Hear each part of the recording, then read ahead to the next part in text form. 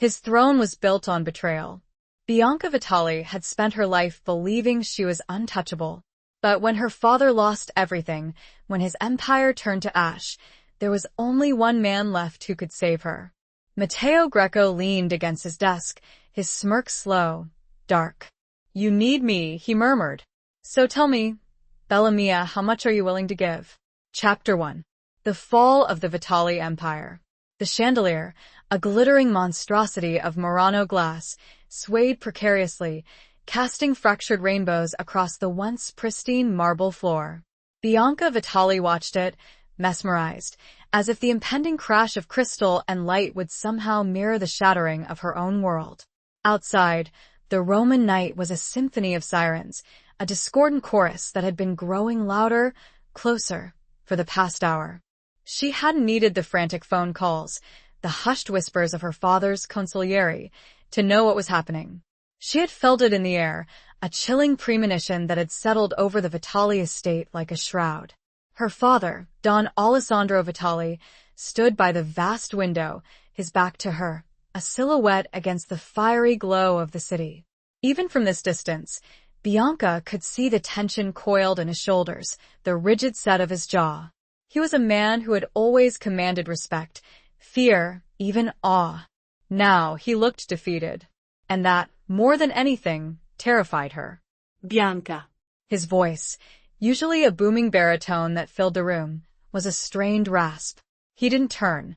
She moved towards him, her silk dressing gown whispering against the polished floor. The scent of lilies, her mother's favorite, hung heavy in the air, a morbid reminder of a life that was rapidly slipping away. Her mother had died 10 years ago, a victim of a car bomb meant for her father. The memory, sharp and painful, always resurfaced at times like these. "Papa?" She reached out, her hand hovering hesitantly over his arm. She hadn't touched him, truly touched him in years. Their relationship had been one of formal affection, of duty and respect, not of warmth and closeness. He finally turned and Bianca gasped. His face, normally a mask of controlled power, was etched with weariness and something else. Regret? Fear? It was a look she had never seen before, and it chilled her to the bone.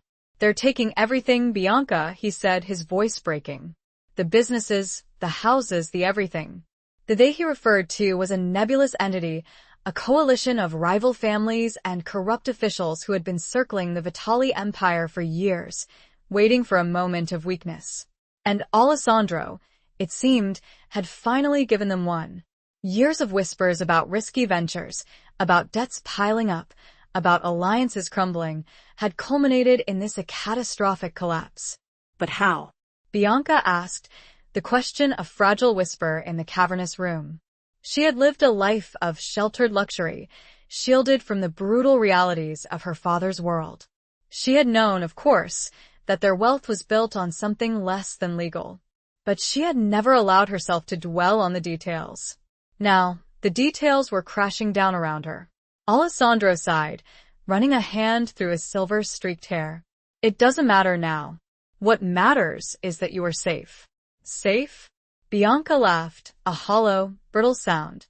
"How can I be safe when everything," as she gestured around the room, at the opulence that was now a hollow shell. "There is one way," Alessandro said, his gaze locking onto hers. His eyes, usually so cold and calculating, held a desperate plea. "One person who can protect you." Bianca's heart pounded in her chest. She knew, even before he spoke the name, who he meant. A name that had been whispered in hushed tones, a name that carried both fear and a strange, unsettling allure. Matteo Greco, Alessandro said, the name a heavy weight in the air. Bianca recoiled as if struck. "Matteo Greco." The head of the Greco family, one of the most powerful and ruthless mafia clans in Italy. A man known for his cold-blooded efficiency and his unconventional methods. A man her father had always warned her about, a man she had been taught to fear. "Papa, no," she whispered, her voice trembling. "Anyone but him." Alessandro grasped her shoulders, his grip surprisingly strong. "He's the only one, Bianca." "He owes me a debt." "A significant debt." And he has the power to keep you safe, to ensure you're not dragged down with me. The debt. Bianca knew vaguely about it. Something to do with a deal her father had brokered years ago, a deal that had saved the Greco family from ruin. A deal that had bound Matteo Greco to Alessandro Vitali in a way that transcended business, a way that was rooted in the ancient, unbreakable code of the Mafia. Omerta. Silence. Loyalty. And, in this case, a debt that could only be repaid with what? Bianca looked into her father's eyes, searching for any sign of deception, any hint that this was a cruel joke. But all she saw was desperation, a raw, naked fear that mirrored her own. "He's expecting you," Alessandro said, his voice softening slightly. "He'll be at the Villa Medici tonight. Go to him, Bianca. Tell him I sent you." The Villa Medici. Another layer of the gilded cage, a place of breathtaking beauty and whispered secrets. It was Matteo Greco's sanctuary, his fortress. And now it was to be her prison. Or her salvation. She wasn't sure which. Bianca felt a tear trace a path down her cheek. She wiped it away angrily. She would not cry. She would not show weakness. She was a Vitali, and even in the face of utter ruin, she would maintain her composure. "And what about you, Papa?" she asked, her voice steadier now. Alessandro smiled, a sad, fleeting expression. "Don't worry about me, Cara. I'll face whatever comes." He wouldn't meet her eyes. And in that moment, Bianca knew he was going to die. Whether by his own hand or by the hands of his enemies, she didn't know. But she knew, with a chilling certainty, that she would never see him again. She nodded, her throat tight with unshed tears. She turned and walked towards the door, her silk gown trailing behind her like a ghostly shroud. As she reached the threshold, she paused, her hand on the ornate brass handle. "Papa," she said, her voice barely a whisper. I love you." She didn't wait for a reply. She stepped out into the hallway, leaving behind the shattered remnants of her life, and walked towards the waiting car, towards the Villa Medici, towards the devil who held her fate in his hands. The sirens wailed in the distance, a mournful lament for the fall of an empire and the beginning of a new, uncertain chapter. The rain began then, a light, persistent drizzle at first, that quickly grew into a downpour, obscuring all the exits. Chapter 2. A Devil's Bargain Offered. The drive to the Villa Medici was a blur of rain-streaked streets and flashing lights. Bianca sat in the back of the black limousine, her hands clasped tightly in her lap, her gaze fixed on the blurred cityscape outside. The driver, a stoic, silent man named Lorenzo, navigated the treacherous roads with practiced ease, his eyes focused solely on the task at hand. He was one of her father's most trusted men, a man who had been with the family for decades. And yet, even his presence offered little comfort. Bianca felt utterly alone, adrift. The world she had known, the life she had taken for granted, had vanished in a single night. She was now a pawn in a game she didn't understand, a game played by men like her father and Matteo Greco. Men who lived by a different code, a code of violence and loyalty, of honor and betrayal. The Villa Medici loomed into view, a magnificent Renaissance palace perched on a hill overlooking the city. Its facade, normally bathed in golden light, was shrouded in darkness, the only illumination coming from the flickering flames of torches that lined the long, winding driveway. The rain lashed against the windows of the car, creating a distorted, almost surreal image of the villa. It looked like something out of a Gothic novel, a place of secrets and shadows, of beauty and danger. Lorenzo pulled the car to a stop in front of the massive oak doors. He turned to Bianca, his expression unreadable. "Signorina Vitali," he said, his voice low and respectful. "Signor Greco is expecting you." Bianca nodded, her throat tight with apprehension. She took a deep breath, trying to steady her racing heart. She had to be strong.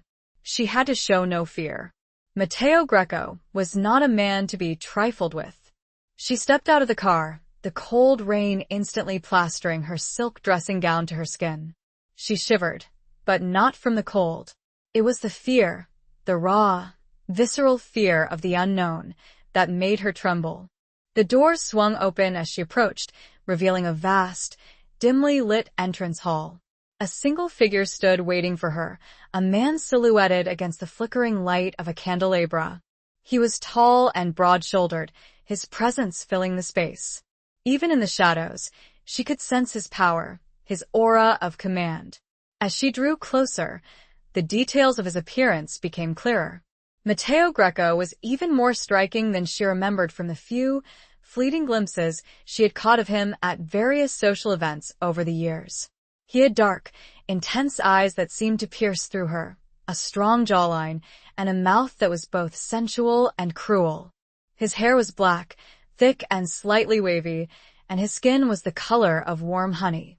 He was dressed impeccably in a dark suit, his tie loosened slightly, as if he had been waiting for her for some time.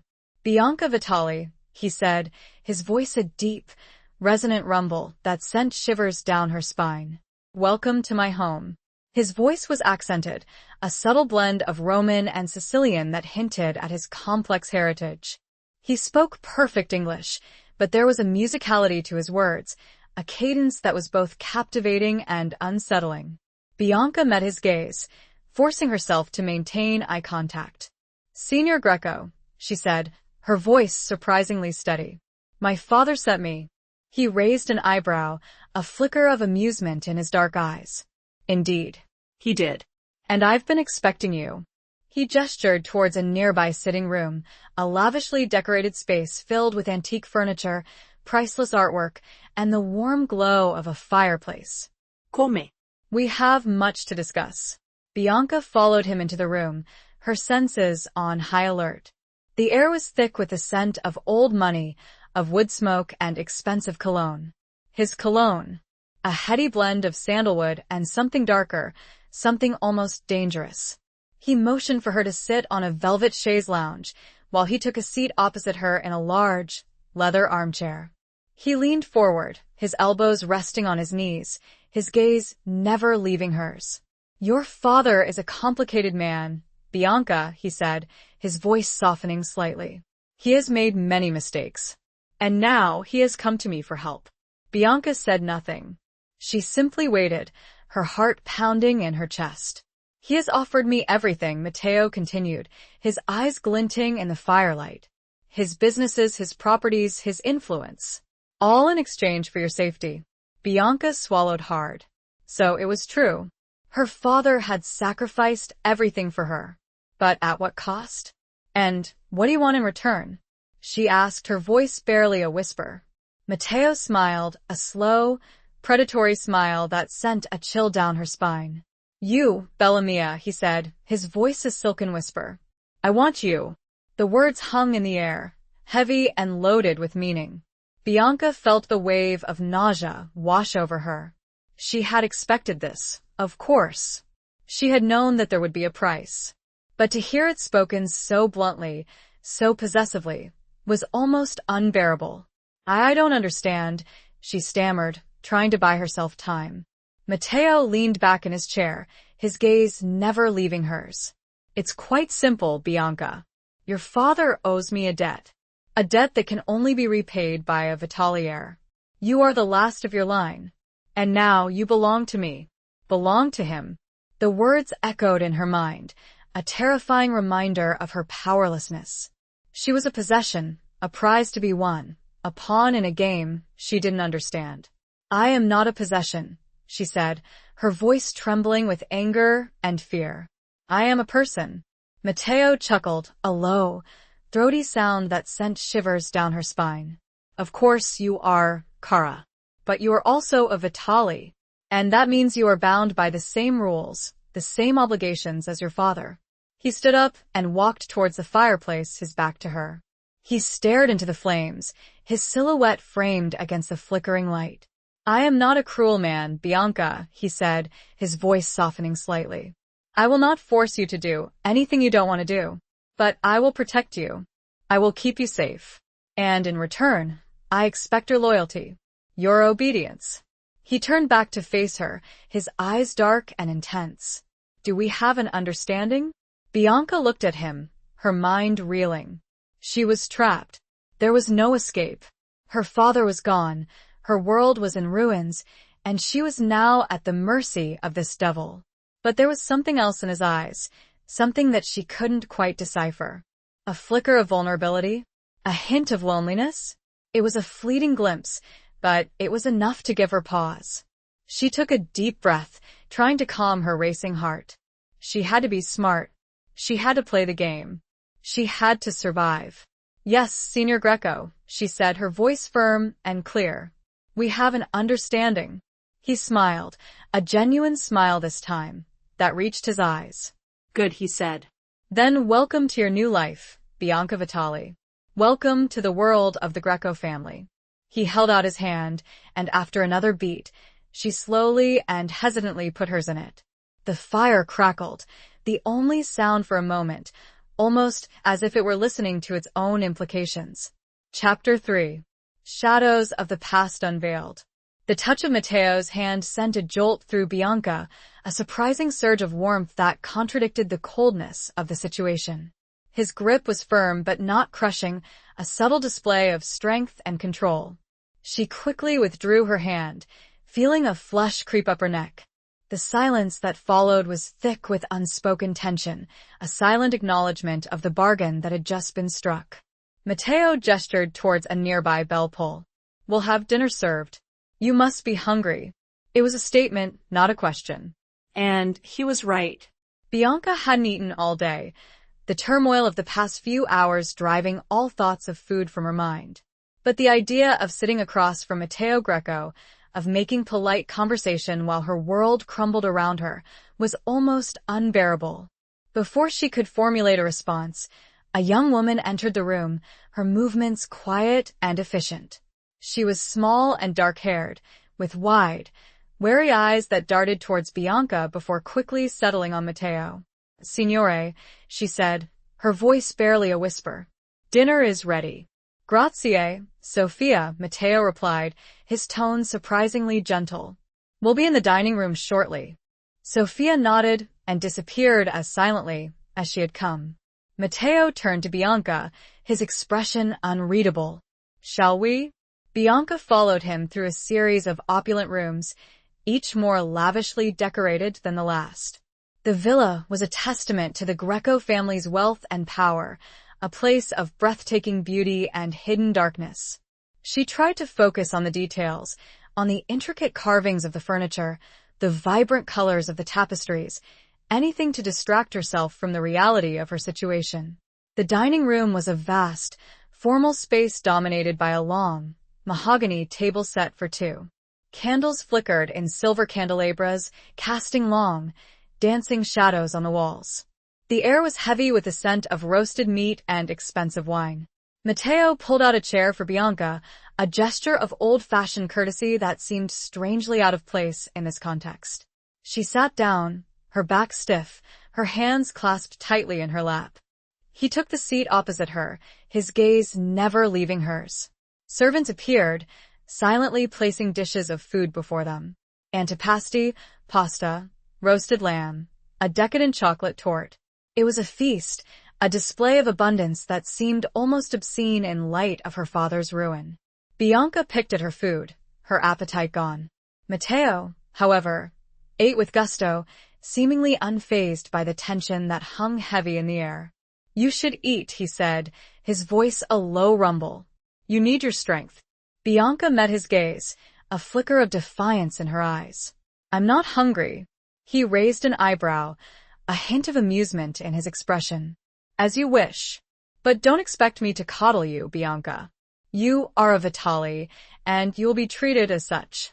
That means you will be expected to uphold the family name, to maintain appearances, even in the face of adversity." Bianca bristled at his words. "I am well aware of my responsibilities, Senior Greco." He chuckled, a low, throaty sound. "I'm sure you are. But you're also in my world now, Bianca. And my world is different. There are rules, expectations, that you must learn to navigate." He paused, taking a sip of his wine. "Your father, he was a good man in his own way, but he made mistakes. He trusted the wrong people." He became weak. Bianca flinched at his words, a sharp pain twisting in her chest. "My father was not weak," she said, her voice trembling. Matteo's gaze softened slightly. "Perhaps not. But he was vulnerable. And in our world, vulnerability is a dangerous thing." He leaned forward, his eyes locking onto hers. "I will not allow you to be vulnerable, Bianca. I will protect you. But you must trust me. You must obey me." Trust him? Obey him? The words were like a slap in the face. How could she trust a man who had essentially bought her, a man who represented everything she had been taught to fear? "And what if I don't?" she asked, her voice barely a whisper. Matteo smiled, a slow, predatory smile. "Then you will learn, Bella Mia. You will learn that there are consequences for disobedience. Consequences that you will not enjoy." The threat hung heavy in the air, a chilling reminder of her powerlessness. Bianca felt a wave of despair wash over her. She was trapped, a prisoner in a gilded cage. But as she looked into Matteo's eyes, she saw something else, something that she couldn't quite decipher. A flicker of regret? A hint of sadness? It was a fleeting glimpse, but it was enough to spark a flicker of hope. Perhaps there was more to this man than met the eye. Perhaps, beneath the cold, ruthless exterior, there was a heart that could be touched. Perhaps, just perhaps, she could find a way to survive, to navigate this new world, and to emerge stronger, more resilient than ever before. "Tell me about the debt," Bianca said suddenly, changing the subject. The abruptness clearly surprised him. Matteo leaned back, a thoughtful expression on his face. "It's a long story," he said. "One that goes back many years." "I have time," Bianca replied, her voice firm. He studied her for a moment, as if assessing her sincerity. Then he began to speak, his voice low and measured.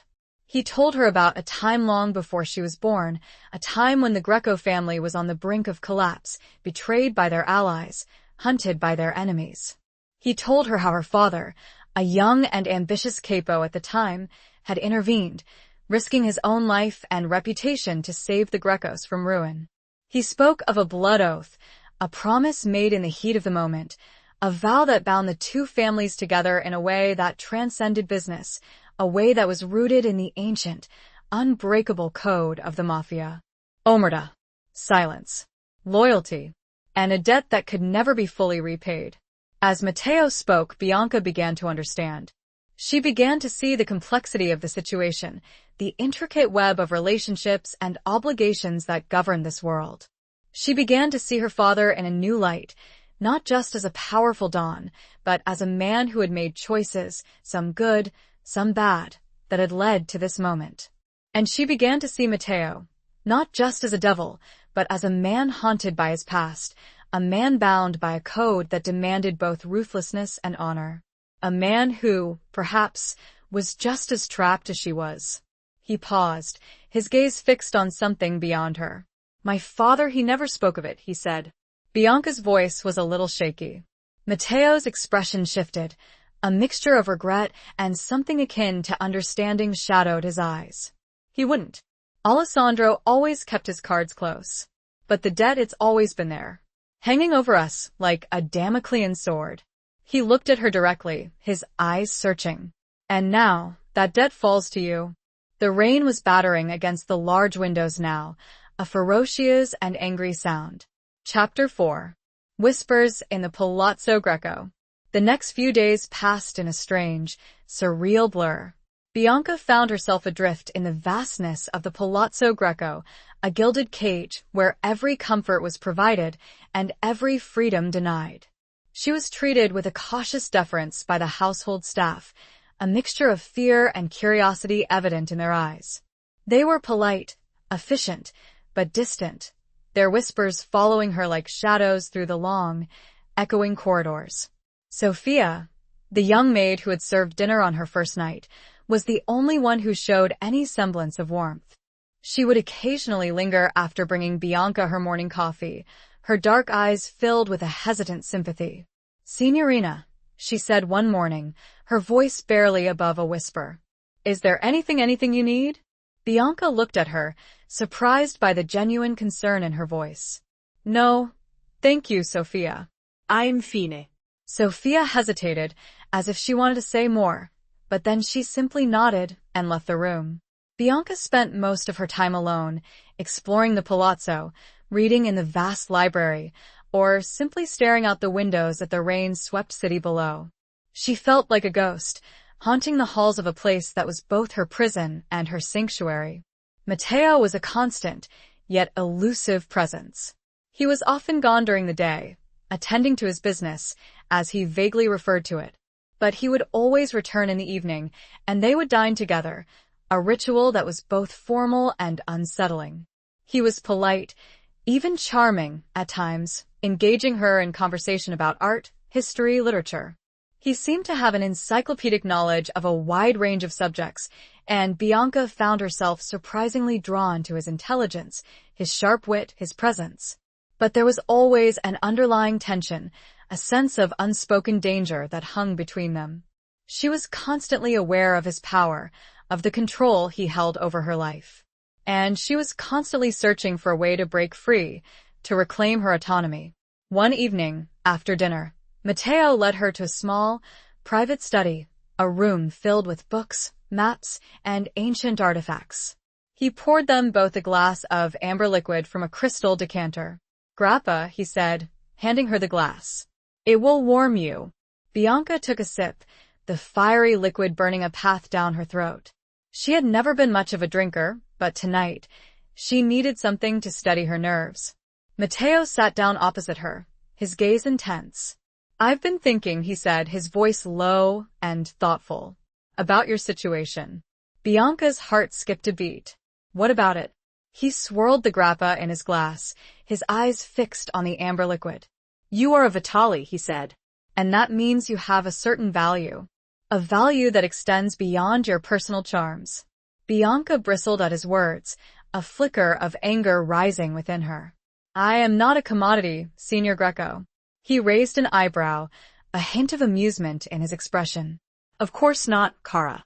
"But you are a symbol of power, of influence, of legitimacy." He paused, taking a sip of his grappa. "There are those who would question my authority, who would see your presence here as a sign of weakness, who would try to exploit the situation." Bianca felt a chill run down her spine. She had been so focused on her own predicament, on her own fear, that she hadn't considered the wider implications of her presence in the Palazzo Greco. She was not just a pawn in Matteo's game, she was a pawn in a much larger, more dangerous game, a game played by powerful men who would stop at nothing to achieve their goals. What do you mean?" she asked, her voice trembling. Matteo leaned forward, his eyes locking onto hers. "I mean that there are those who would try to take you from me, who would use you as leverage against me, who would harm you to get to me." The threat was clear, chilling. Bianca felt a wave of nausea wash over her. She was not just a prisoner, she was a target. "But I will not allow that to happen," Matteo continued, his voice hardening. "I will protect you, Bianca. I will keep you safe, even if it means breaking the rules." Breaking the rules. The words hung in the air, heavy with unspoken meaning. Bianca knew what he meant. He was talking about the code, the omerta, the unwritten laws that govern the Mafia. He was saying that he was willing to violate those laws, to risk everything, to protect her. And for the first time since her arrival at the Palazzo Greco, Bianca felt a flicker of something other than fear. A flicker of hope? Of trust? It was a dangerous emotion, a foolish emotion, perhaps. But she couldn't deny it. There was something about Matteo Greco, something about his intensity, his protectiveness, his vulnerability, that drew her to him, that made her want to believe him, to trust him, despite all the evidence to the contrary. She wanted to question, to challenge, what he'd said about breaking those very rules, but her tongue felt like lead in her mouth. He was a storm, and she had been swept in it completely. He rose, walking over to a large, antique globe in the corner of the room. He spun it slowly, his fingers tracing the contours of the continents. "The world is a dangerous place, Bianca," he said, his voice a low murmur. "Especially for those who are unprotected. You need me, Bella Mia. You need my strength, my power, to survive." He turned back to face her, his eyes dark and intense. And I need you. The words hung in the air, heavy and loaded with unspoken meaning. Bianca felt her heart pounding in her chest. She was trapped, yes. But she was also needed. And that, strangely, gave her a sense of purpose. A sense of belonging. A sense that was unnerving and comforting all at once. I understand. It was all she could whisper, the only words she could trust herself to form. Outside, the wind howled, a mournful cry that echoed the turmoil within her. Chapter 5. The Weight of Unspoken Words. The days that followed were marked by a growing sense of unease. Bianca felt as if she were walking on eggshells, constantly aware of the unspoken tensions that simmered beneath the surface of the Palazzo Greco. The servants continued to treat her with cautious deference, their eyes darting away whenever she caught their gaze. The whispers seemed to grow louder, more insistent, following her like a persistent shadow. She tried to occupy herself, to find some semblance of normalcy in this strange, surreal world. She spent hours in the library, losing herself in the pages of ancient books, immersing herself in stories of love and loss, of courage and betrayal. She explored the vast gardens, finding solace in the beauty of the blooming flowers, the scent of roses and jasmine a temporary escape from the suffocating atmosphere of the palazzo. But no matter how hard she tried, she couldn't shake the feeling that she was being watched, that she was a prisoner in a gilded cage, a pawn in a game she didn't understand. Matteo remained an enigma, a constant presence who was both protector and captor. He was unfailingly polite, even charming, at times, engaging her in conversation, sharing his knowledge, his insights. He seemed to take a genuine interest in her thoughts, her opinions, her well-being. But there was always a distance, a wall between them, a barrier that she couldn't penetrate. She was constantly aware of his power, of the control he held over her life. And she was constantly searching for a way to break free, to reclaim her autonomy. One afternoon, she found herself wandering through a wing of the palazzo she hadn't explored before. The rooms were dusty and neglected, filled with discarded furniture, covered in white sheets, like ghosts from a forgotten past. The air was heavy with the scent of decay, of lost memories, of sadness. She came to a large oak door, slightly ajar. Curiosity piqued, she pushed it open and stepped inside. The room was a study much like the one Matteo used, but smaller, more intimate. It was filled with books, papers, and personal belongings, all covered in a thick layer of dust. It was clear that this room hadn't been used in years. Bianca's eye was drawn to a photograph on the desk, a faded image of a young woman with dark hair and laughing eyes. She was beautiful, radiant, her smile lighting up the room. Bianca felt a pang of something. Jealousy? Envy? She wasn't sure. She picked up the photograph, her fingers tracing the outline of the woman's face. Who was she? A former lover? A sister? A wife? As she studied the photograph, she noticed a small inscription on the back, written in faded ink. Amore mio, per sempre. My love, forever. Bianca's heart skipped a beat. The words were a testament to a love that had been lost, a love that had been broken. She felt a sudden urge to know more, to understand the story behind this photograph, to uncover the secrets that lay hidden within this forgotten room. She began to search through the drawers of the desk, her hands trembling slightly. She found old letters, tied together with faded ribbon, written in a flowing, elegant script. She found a small, leather-bound journal, its pages filled with personal thoughts, reflections, and regrets. As she read through the journal, a story began to emerge, a story of love and loss, of betrayal and heartbreak. The journal belonged to the woman in the photograph, Isabella Greco, Matteo's mother. Isabella had been a vibrant, passionate woman, deeply in love with Matteo's father, Don Lorenzo Greco. But their love had been forbidden, a dangerous liaison between rival families. They had met in secret, stolen moments of happiness amidst a world of violence and treachery. But their love had been discovered, and their families had intervened, forcing them apart. Isabella had been forced to marry another man, a powerful capo from a rival clan. She had lived a life of quiet desperation, her heart forever longing for the man she had lost. She had died young, giving birth to Matteo, her death a tragic consequence of her forbidden love. Bianca closed the journal, her heart aching for the woman she had never met. She understood now. She understood the sadness in Matteo's eyes, the weight of the past that he carried with him. She understood the code, the omerta, the unwritten laws that govern this world, the laws that had destroyed his mother's life, the laws that now held her captive. She heard a noise behind her, a soft footstep. She turned, her heart pounding in her chest. Matteo stood in the doorway, his expression unreadable. He had clearly been watching her, listening to her for some time. "What are you doing here?" he asked, his voice a low, dangerous rumble. Bianca felt a flush creep up her neck. She had been caught, trespassing in a place where she didn't belong, uncovering secrets that were not meant for her. I was just exploring," she stammered, trying to sound casual. He stepped into the room, his gaze fixed on the photograph in her hand. He walked towards her, his presence filling the space. "That was my mother," he said, his voice softening slightly. Bianca nodded, her throat tight with emotion. "I know. I read her journal." He reached out and took the photograph from her hand, his fingers brushing against hers. He stared at the image of his mother, his expression a mixture of sadness and longing. "She was beautiful," he said, his voice barely a whisper. "Yes," Bianca replied, her voice equally soft. "She was." He looked up at her, his eyes dark and intense. "And she was lost. Just like you." The words hung in the air, heavy with unspoken meaning. Bianca felt a shiver run down her spine. He was right. She was lost, adrift in a world she didn't understand, a world of violence and betrayal, a world where love was a dangerous game. He closed the distance, the heat of his presence enveloping her like a blanket. He was so very close.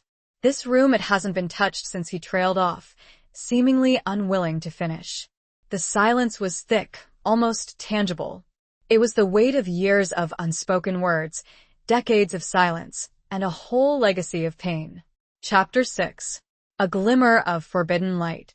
The air crackled with an unspoken tension, a magnetic pull that seemed to draw Bianca closer to Matteo. His proximity was overwhelming, his scent that familiar blend of sandalwood and something darker, something untamed filling her senses. She could feel the heat radiating from his body, the subtle rise and fall of his chest. He reached out, his fingers gently tracing the outline of her jaw, sending shivers down her spine. It was a hesitant touch, almost tender, a stark contrast to the cold, controlled demeanor he usually presented.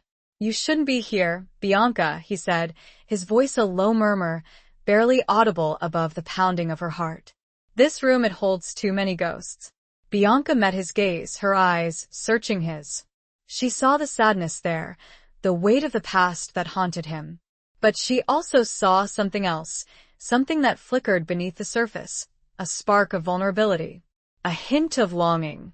"I know," she whispered, her voice trembling slightly. "But I wanted to understand. I wanted to know you." He searched her face for a long moment, as if trying to decipher her true intentions. Then, a flicker of something akin to surprise crossed his features. "Why?" he asked, his voice a rough whisper. "Why do you care?" Bianca hesitated, unsure how to articulate the complex emotions that were swirling within her. She was afraid of him, yes. But she was also drawn to him, fascinated by him, even concerned for him. "Because you're not what I expected," she finally said, her voice barely audible.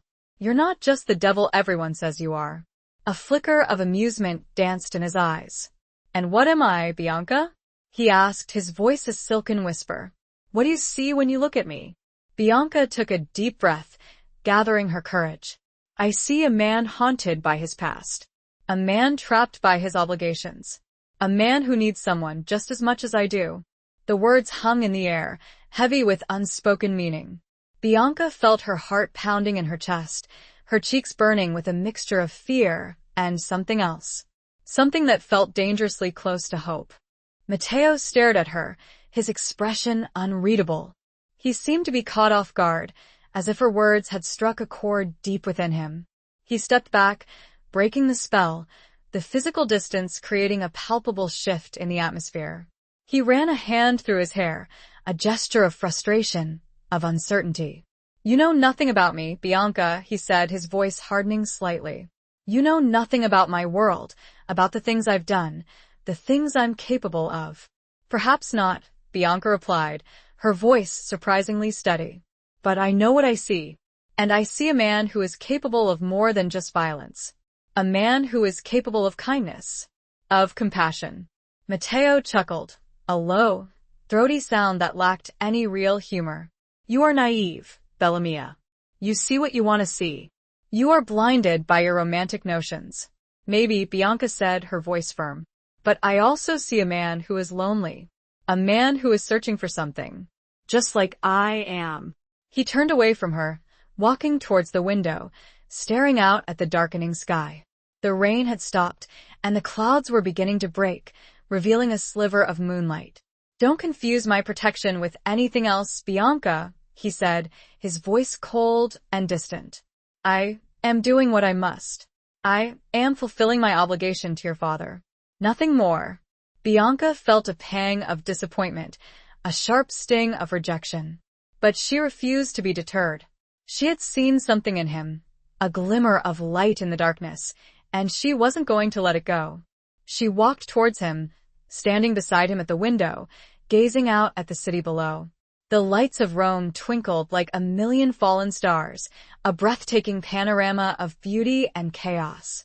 "I know you think you're protecting me, Matteo," she said, her voice soft but firm. "But I don't need your protection. I need a connection. I need someone to understand." He turned to face her, his eyes dark and intense. He searched her face, as if trying to find the truth in her words. "And you think that someone is me?" he asked, his voice a rough whisper. Bianca met his gaze, her heart pounding in her chest. She took a deep breath, and then she did something that surprised even herself. She reached out and touched his cheek, her fingers gently caressing his skin. It was a fleeting touch, a hesitant gesture, but it was enough to break the tension, to shatter the wall that he had built around himself. He closed his eyes, his expression a mixture of pain and longing. He leaned into her touch, his body trembling slightly. "Bianca," he whispered, his voice choked with emotion. She didn't say anything. She simply held his gaze, her eyes filled with a mixture of fear and desire. A desire that was forbidden, dangerous, but undeniable. For that second, the vastness of the space around them seemed to dissolve, and it was only them. The moonlight illuminated his face, casting a soft glow on his features, highlighting the vulnerability that he usually kept so carefully hidden. Chapter 7. Masks and Mirrored Gazes. The moment hung suspended, fragile and charged with unspoken emotions. Matteo's hand moved, almost involuntarily, to cover Bianca's where it rested on his cheek. His skin was warm, slightly rough against her fingertips. The contact sent a jolt through her, a wave of sensation that was both terrifying and exhilarating. He opened his eyes, his gaze locking onto hers. The intensity in his dark eyes was almost overwhelming, a mixture of desire, conflict, and a raw vulnerability that she had only glimpsed before. "This is dangerous, Bianca," he whispered, his voice husky with emotion. "You don't know what you're doing." "Perhaps not," she replied, her voice equally soft, her breath catching in her throat. "But I know what I feel." And in that moment she did. She felt a connection to him, a deep, visceral connection that defied logic, that transcended the circumstances that had brought them together. She felt a longing, a yearning for something she couldn't quite define, something that was both terrifying and irresistible.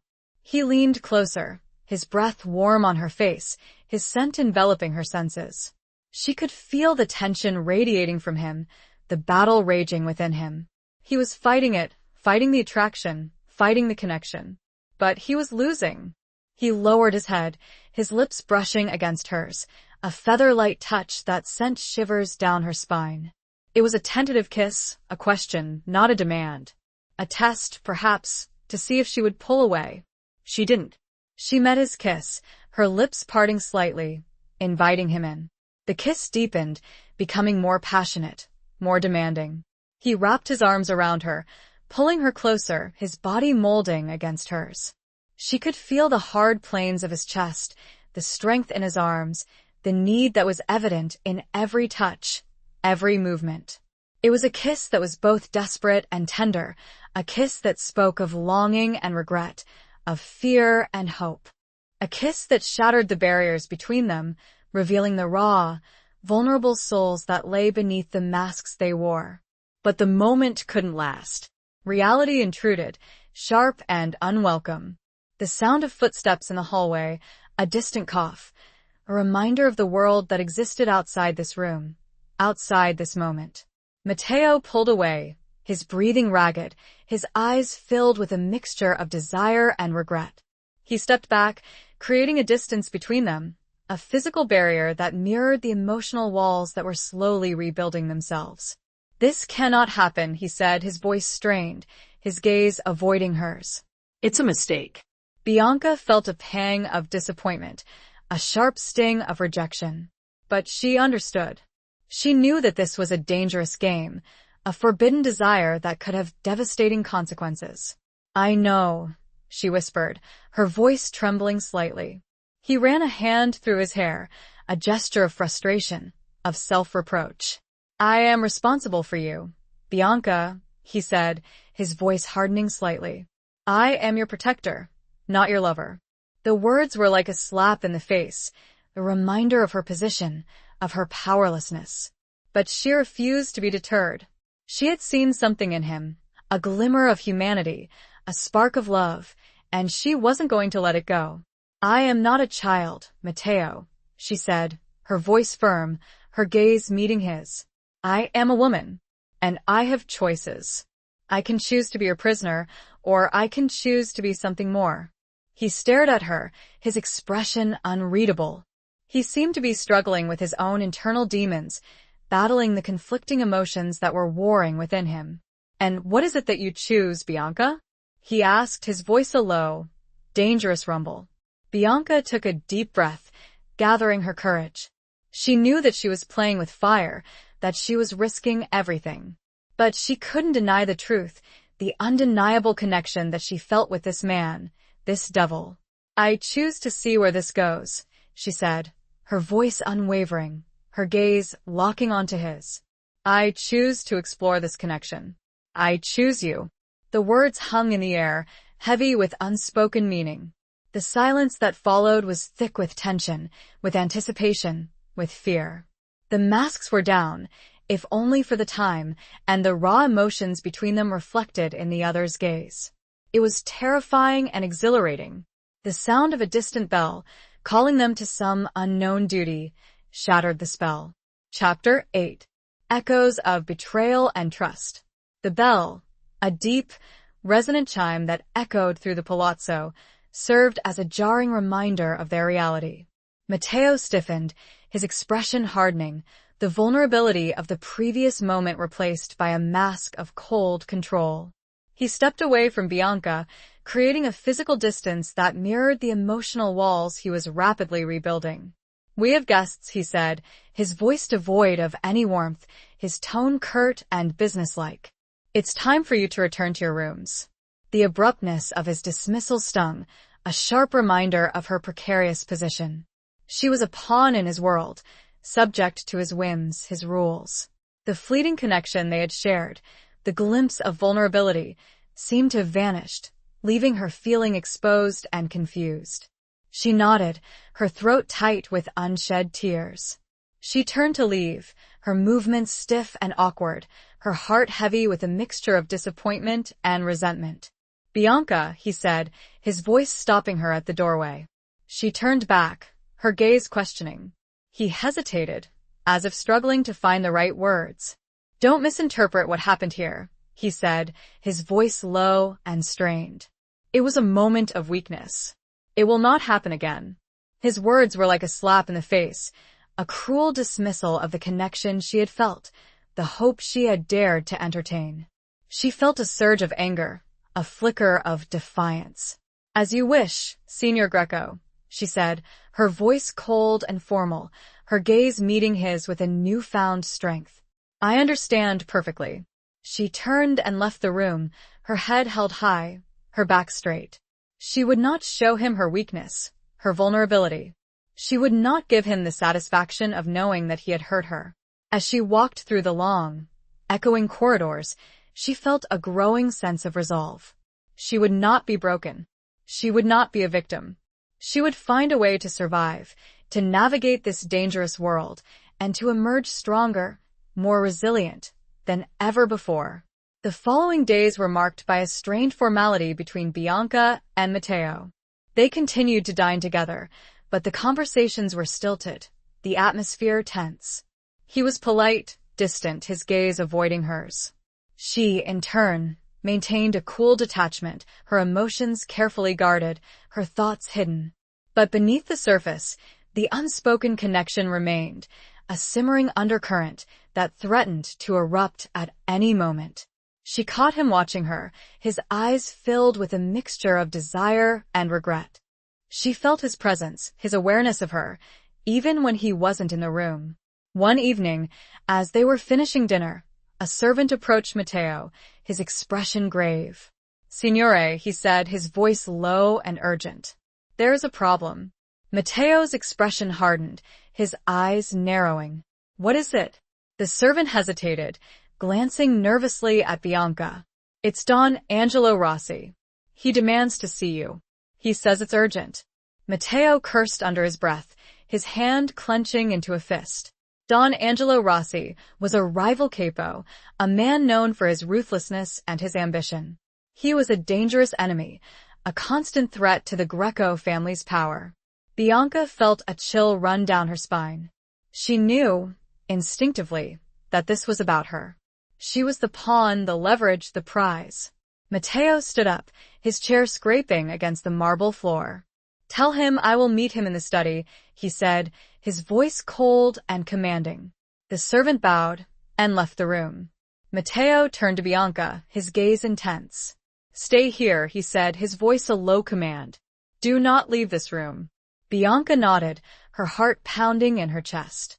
She knew that she was in danger, that her life was hanging in the balance. Matteo left the room, his footsteps echoing through the silent palazzo. Bianca sat alone, listening to the distant sounds of voices, raised in anger, in threat. She felt a wave of fear wash over her, a chilling premonition of what was to come. She waited, her senses on high alert, her mind racing. She had to do something. She couldn't just sit here and wait for her fate to be decided. She stood up, her resolve hardening. She would not be a victim. She would not be a pawn. She would fight. She walked towards the door, her hand reaching for the handle. She had to know what was happening. She had to help. As she opened the door, she heard a scream, a blood-curdling cry that echoed through the palazzo. It was Sophia's voice. Bianca's heart leaped into her throat. She ran towards the sound, her fear replaced by a surge of adrenaline, of protectiveness. She found the door, her way blocked only by the sheer will that had sustained her this far. The scene inside was the beginning of a new nightmare. The echoes of betrayal and the fragile beginnings of trust all seemed to hang in the air, a prelude to some terrible storm. Chapter 9. The Price of Protection. Bianca burst into the study, her eyes widening in horror at the scene before her. Sophia, the young maid, was cowering on the floor, her face bruised and bloodied, her eyes wide with terror. Standing over her was Don Angelo Rossi, a short, stocky man with a cruel, sneering face, his hand raised to strike her again. Matteo was across the room, held back by two of Rossi's men, his face a mask of fury, his muscles straining against their grip. He was struggling to break free, his eyes locked on Sophia, his voice a raw, guttural roar. Let her go, Rossi, he bellowed. This has nothing to do with her. Rossi laughed, a cold, chilling sound that sent shivers down Bianca's spine. Oh, but it does, Greco, he said, his voice dripping with malice. It has everything to do with her. And with you. He turned his gaze to Bianca, his eyes narrowing, a predatory gleam in their depths. "Ah, the lovely Bianca Vitali," he said, his voice a silken whisper. The prize. "The leverage." The bait. Bianca felt a wave of nausea wash over her. She was the reason for this, the cause of Sophia's pain, the object of this brutal power play. "Leave her alone, Rossi," Bianca said, her voice trembling but firm. "This is between you and Matteo. I am the one you want." Rossi smiled, a slow, cruel smile that revealed his yellowed teeth. "Brave words, Cara," he said, "but futile. You see, Greco, I have a proposition for you. A simple exchange. The girl for the Vitali heiress."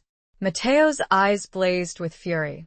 "You touch her, Rossi, and I swear to God," Rossi cut him off with a wave of his hand. Threats, Greco? "How predictable. But I'm not interested in your threats. I'm interested in results." "So, what will it be?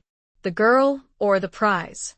Matteo struggled against the grip of Rossi's men, his face contorted with rage and desperation.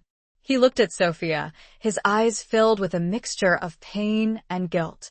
He looked at Bianca, his gaze pleading, his expression a silent apology. Bianca knew what he was thinking. She knew what he was about to do. He was going to sacrifice her, to save Sophia. He was going to honor his obligation to protect his own, even if it meant condemning her to a fate worse than death. She couldn't let him do it. "No, Matteo," she cried, her voice ringing through the room. "Don't do it. I'll go with him. Just let her go." Matteo's eyes widened in disbelief. "Bianca, no," he roared. "You don't know what you're saying." "I do," Bianca said, her voice firm, her gaze locking onto his. "I understand. I know the rules. I know the code. And I will not let you sacrifice yourself or anyone else for me." She turned to Rossi, her chin lifted, her eyes filled with a newfound strength. "Let her go, Rossi," she said, her voice cold and commanding. "And I will go with you. Willingly." Rossi studied her for a moment, his eyes narrowed, assessing her sincerity. He seemed surprised by her defiance, her courage. He smiled, a slow, predatory smile. "Very well, Cara," he said. "A noble sacrifice. But I assure you, you will regret it." He gestured to his men, and they released Matteo, shoving him roughly to the floor. He scrambled to his feet, his eyes blazing with fury, but he was too late. Rossi grabbed Bianca's arm, his grip tight and painful. He dragged her towards the door, her protests ignored, her struggles futile. As they reached the threshold, Bianca turned back to Matteo, her eyes filled with a mixture of sadness and forgiveness. "Thank you," she whispered, her voice barely audible, "for trying to protect me." Matteo stared at her, his expression a mixture of horror, disbelief, and guilt. He opened his mouth to speak, but no words came out. Rossi dragged Bianca out of the room, leaving Matteo alone, his world shattered, his heart broken.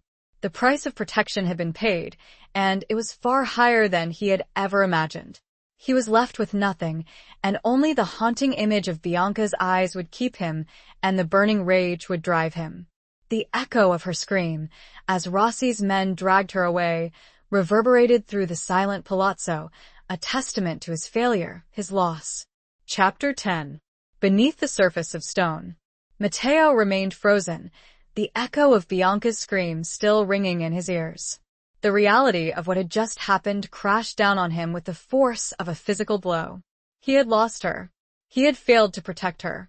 He had broken his vow, his promise, his code.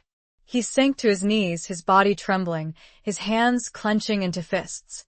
He felt a wave of nausea wash over him, a mixture of grief, guilt, and rage. A rage so intense, so consuming, that it threatened to overwhelm him, to consume him entirely. He had underestimated Rossi. He had underestimated his ruthlessness, his desperation, his willingness to break the rules. He had been so focused on protecting Bianca, on keeping her safe within the walls of the palazzo, that he had failed to see the danger lurking outside, the threat that had been growing, festering like a cancer. He had been a fool, a naive, arrogant fool. And now, Bianca was paying the price for his mistakes. He closed his eyes, his mind racing, desperately searching for a solution, a way to undo what had been done. But there was nothing. He was powerless. He had been outmaneuvered, outplayed. He had lost. He heard a whimper, a soft, pained sound. He opened his eyes and saw Sophia, still cowering on the floor, her face bruised and bloodied, her eyes filled with terror. He felt a surge of guilt, a sharp pang of remorse. He had failed her, too.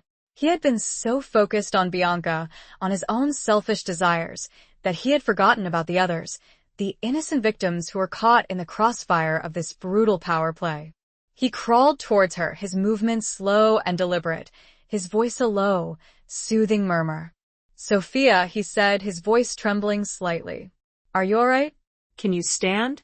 She flinched at his touch, her eyes widening in fear. Don't hurt me," she whispered, her voice barely audible. Matteo felt a stab of pain in his chest. He had become the monster, the threat, the enemy. "I won't hurt you, Sophia," he said, his voice gentle, his gaze softening. "I promise. I'm here to help you."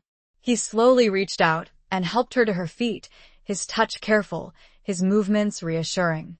She was trembling, her body bruised and battered, but she was alive.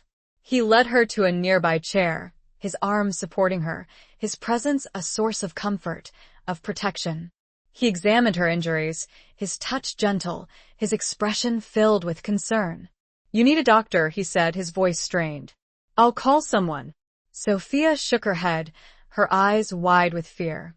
"No," she whispered. "No doctors. They'll ask questions.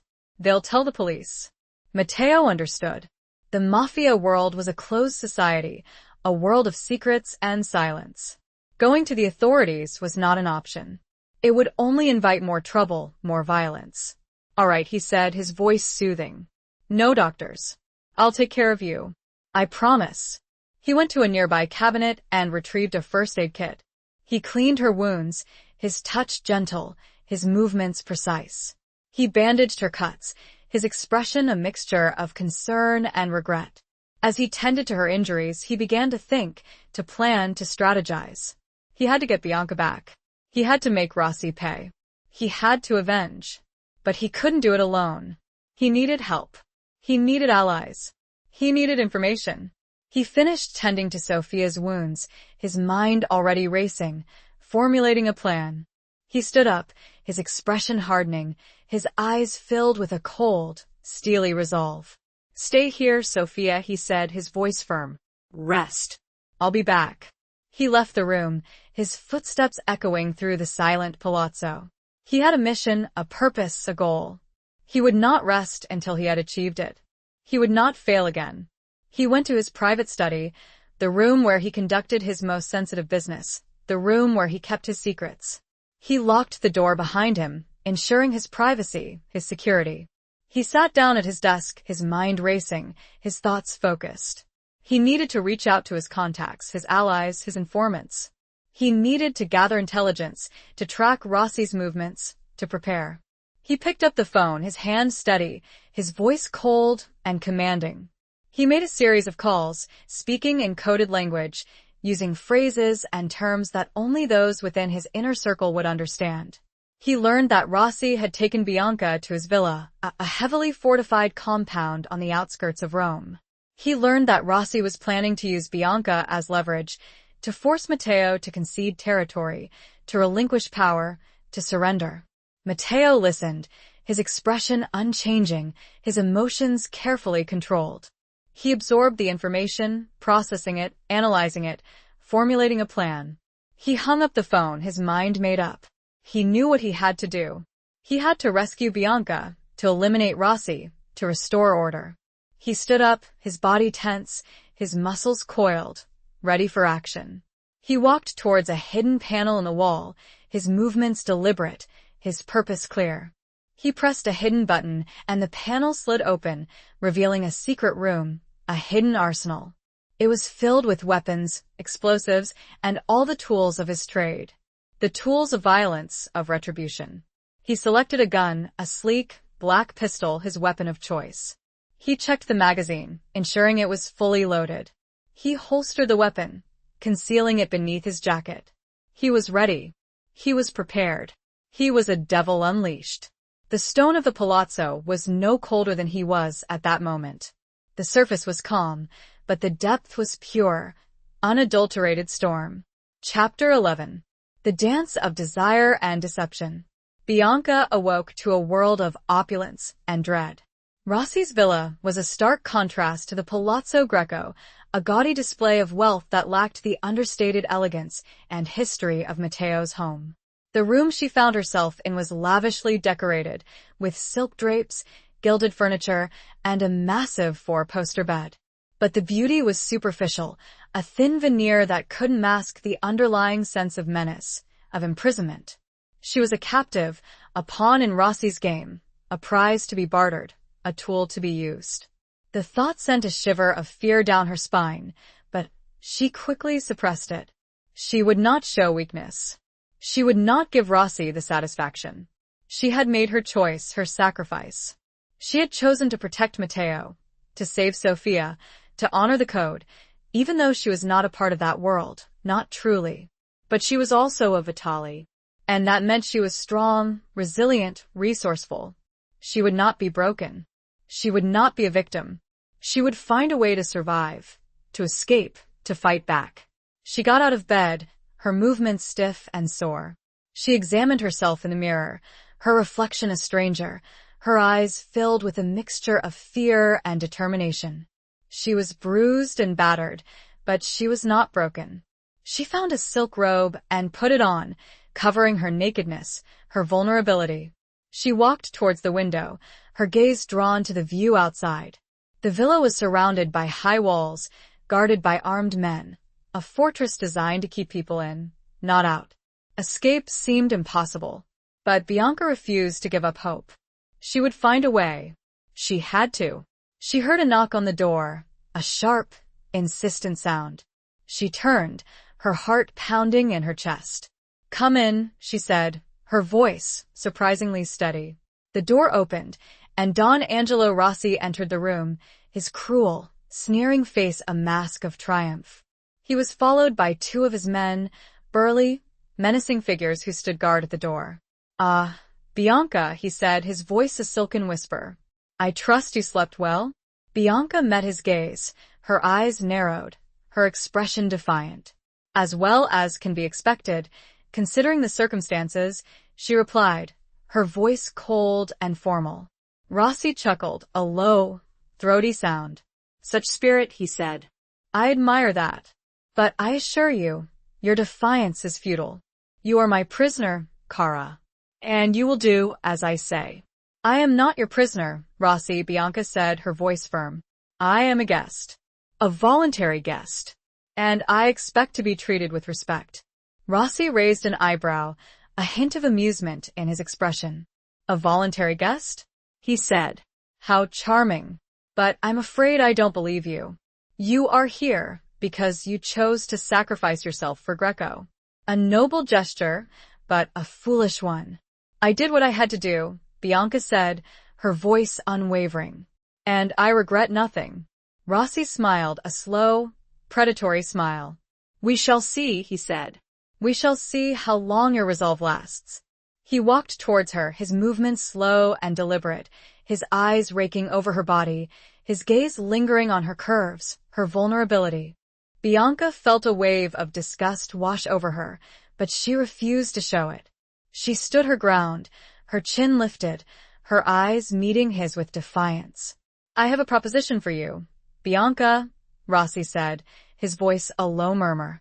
"A way for you to earn your freedom." Bianca's heart skipped a beat. "What kind of proposition?" she asked, her voice cautious. Rossi smiled, his eyes glinting with malice. "A simple exchange," he said. "Information for your release. Tell me what I want to know about Greco, his weaknesses, his secrets, his plans, and I will let you go." Bianca felt a surge of anger, a flicker of betrayal. He was asking her to betray Matteo, to betray the man she had chosen to protect. "I know nothing," she said, her voice cold and firm. "I am not privy to Greco's secrets." Rossi laughed, a harsh, mocking sound. "Don't lie to me, Kara," he said. "You have been living in his palazzo. You have been close to him. You know more than you let on." "I know nothing that would be of use to you," Bianca said, her voice unwavering. Rossi's smile vanished, replaced by a look of cold fury. "Very well," he said, his voice hardening. "Have it your way. But I assure you, you will regret your silence." He turned to his men, his expression menacing. "Take her away," he said. "And make sure she understands the consequences of her disobedience." The men grabbed Bianca's arms, their grip rough and painful. They dragged her towards the door, her protests ignored, her struggles futile. As they reached the threshold, Bianca turned back to Rossi, her eyes filled with defiance. "You will never break me, Rossi," she said, her voice ringing through the room. "I am a Vitali, and I will never betray my family."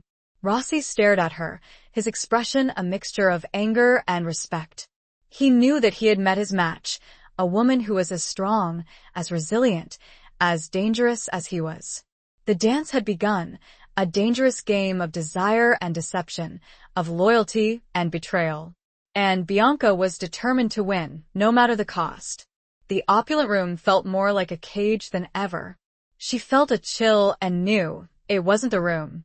It was the deceptive calm before the storm. And there would be a reckoning or a ruin. Chapter 12. Scars that bind and break. The days that followed were a torment. Bianca was confined to her room, a luxurious prison where she was subjected to Rossi's constant pressure, his subtle threats, his psychological warfare. He would visit her daily, sometimes twice a day, each time probing, questioning, trying to break her, to extract the information he craved. He would taunt her with details of Matteo's supposed vulnerability, his weaknesses, his failures. He would paint a picture of a man on the brink of collapse, a man who was desperate, alone, abandoned. He would try to convince her that she had made the wrong choice, that she had sacrificed herself for a lost cause, a doomed man. But Bianca refused to yield. She held firm, her resolve unwavering, her loyalty to Matteo unbreakable. She knew that Rossi was lying, that he was trying to manipulate her, to use her as a weapon against the man she cared for. She would meet his gaze, her eyes defiant, her expression unyielding.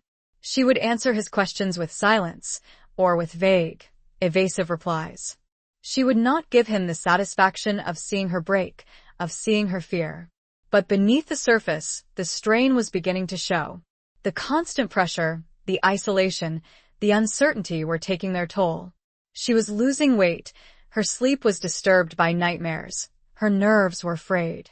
She would spend hours staring out the window, her gaze fixed on the distant horizon, longing for freedom, for escape. She would replay the events of that fateful night, the moment she had made her choice, the moment she had sacrificed herself. She would think of Matteo, his face a mixture of horror, disbelief, and guilt. She would wonder if he was all right, if he was safe, if he missed her. One evening, Rossi entered her room, his expression different, his demeanor changed. He was not sneering, not taunting, not threatening. He was almost gentle. "Bianca," he said, his voice soft, his gaze surprisingly sincere. "I know this is difficult for you. I know you are loyal to Greco. But I want you to understand I am not your enemy." Bianca stared at him, her eyes narrowed, her expression skeptical. She didn't trust him. She couldn't trust him. He was a liar, a manipulator, a devil. "What do you want, Rossi?" she asked, her voice cold and wary. He sat down on the edge of the bed, his movements slow and deliberate, his gaze never leaving hers. "I want to help you, Bianca," he said, his voice a low murmur. "I want to offer you a way out, a way to escape this life, this world." Bianca felt a flicker of hope, a spark of possibility. But she quickly suppressed it. It was a trick, a deception, a ploy. "I don't believe you," she said, her voice firm. "You are using me, Rossi. You are trying to get to Matteo." Rossi sighed, his expression a mixture of frustration and regret. "I understand your skepticism, Bianca," he said. "But I assure you, I am sincere. I have seen the light. I have realized the error of my ways. I want to change." He reached into his pocket and pulled out a small, silver locket. He held it out to her, his hand trembling slightly. "This belonged to my mother," he said, his voice choked with emotion. "She was a good woman, a kind woman. She disapproved of my life, my choices. She always told me there was a better way. A way of peace. Of redemption." Bianca stared at the locket, her heart pounding in her chest. She didn't know what to believe. Was he telling the truth? Was he genuinely trying to change? "I don't understand," she said, her voice trembling slightly. Rossi smiled, a sad, fleeting smile. "My mother died a few years ago," he said, "and her death changed me. It made me realize I had wasted my life. I had become a monster. I want to make amends, Bianca. I want to atone for my sins." He opened the locket, revealing a small, faded photograph of a woman with kind eyes and a gentle smile. She looked familiar. Bianca gasped, her eyes widening in recognition. It was the same woman, the same face, that she had seen in the photograph in Matteo's abandoned study, the photograph of his mother, Isabella. She looks like," Bianca stammered, unable to finish the sentence. Rossi nodded, his eyes filled with tears. "Yes," he said, his voice barely a whisper. "She was Isabella's sister. My aunt. Matteo's aunt." Bianca felt a wave of dizziness wash over her. The world seemed to tilt, to spin. She couldn't breathe, couldn't think. It was too much, too unbelievable. Matteo and Rossi related? Cousins? It was impossible. They were enemies, rivals, sworn to destroy each other. "It's a long story," Rossi said, his voice strained. "A story of family secrets, of betrayal, of revenge. A story that goes back generations." He began to tell her the story, his voice low and measured, his words painting a picture of a family torn apart by hatred, by greed, by ambition. He told her of a bitter feud, a blood feud, that had been passed down from father to son, a feud that had consumed their lives, their souls. He told her that he and Matteo had grown up together, as close as brothers, until the truth of their family history had been revealed, a truth that had shattered their bond, turning them into enemies. He said that he, too, carried the weight of a past that was not truly his. As Bianca listened, she began to understand. She began to see the complexity of the situation, the intricate web of relationships and obligations that governed this world. She began to see Rossi, not just as a villain, but as a man trapped by his past, a man haunted by his mistakes. He confessed that he had been wrong about Matteo and wrong about her. She saw the scars, the emotional wounds that bound them together, that broke them apart. She saw the humanity beneath the surface of stone. "I need your help," he finished. He seemed sincere. But the question, the only question, was, could she believe him? Was it another elaborate deception? The answer was somewhere between hope and despair, and she had to choose. Chapter 13. A web of secrets unraveled. Bianca stared at Rossi, her mind reeling from his revelations. The story he had told, the tangled web of family secrets and betrayal, was almost too much to comprehend. Could she believe him? Could she trust a man who had been her enemy, her captor, just hours before? The locket, still clutched in his hand, seemed to pulse with a strange energy, a tangible link to the past, to the shared history that bound these two men, these two families, together. The image of Isabella's sister, so strikingly similar to Matteo's mother, was a visual confirmation of Rossi's words, a testament to the truth of his claims. But doubt lingered, a persistent whisper in the back of her mind. Was this another manipulation, a more elaborate deception, a way to gain her trust, to lower her defenses, to exploit her? She searched his face, his eyes, trying to find some sign of deceit, some flicker of insincerity. But all she saw was a raw vulnerability, a deep sadness, a pleading for understanding, for forgiveness. "Why?" she asked, her voice barely a whisper. "Why are you telling me this now?" Rossi sighed, his shoulders slumping, his gaze dropping to the floor. "Because I'm tired, Bianca," he said, his voice weary, his tone resigned. Tired of the fighting, the hatred, the violence. Tired of being a prisoner of my past, of my family's legacy. He looked up at her, his eyes filled with a mixture of pain and hope. I see in you a way out. A chance to break the cycle. To make amends. He paused, taking a deep breath, his gaze locking onto hers. I know I've done terrible things, Bianca, he said, his voice trembling slightly. I've hurt people, I've caused pain. But I want to change. I want to be a better man. And I need your help to do it. His words resonated with a sincerity that was difficult to dismiss. The vulnerability in his eyes, the tremor in his voice, the weight of his confession, all pointed to a truth that was both compelling and terrifying. What do you want me to do? She asked, her voice hesitant, her mind struggling to process the implications of his request. Rossi smiled, a sad, fleeting smile. I want you to help me make peace with Matteo, he said, his voice low and earnest. I want you to mediate, to bridge the gap between us, to help us find a way to end this feud, this blood feud, that has consumed our families for generations. The request was audacious, almost impossible. Could she, a woman caught in the crossfire of this brutal power struggle, a woman who was still technically his prisoner, be the key to resolving a conflict that had spanned decades, that had claimed countless lives? But there was something in Rossi's eyes, a desperate plea, a glimmer of hope, that compelled her to consider it, to believe in the possibility of change, of redemption. I don't know, she said, her voice uncertain. I don't know if I can do that. Matteo, he hates you. He blames you for everything. Rossi nodded, his expression somber. I know, he said. And I understand. I deserve his hatred. But I also know deep down he's tired of this, too. He's tired of the violence, the loss. He's just too proud, too stubborn to admit it. He reached out and took her hand, his touch surprisingly gentle, his grip firm but not possessive. You have a connection with him, Bianca, he said, his voice earnest. You see something in him that others don't. You understand him. He trusts you. His words struck a chord, a deep, resonant truth that she couldn't deny. She did have a connection with Matteo, a bond that had formed in the crucible of their shared captivity, a bond that had been tested by fire, by desire. She had seen his vulnerability, his humanity, the scars that bound him, that broke him. She had glimpsed the man beneath the mask, the man who longed for peace, for love.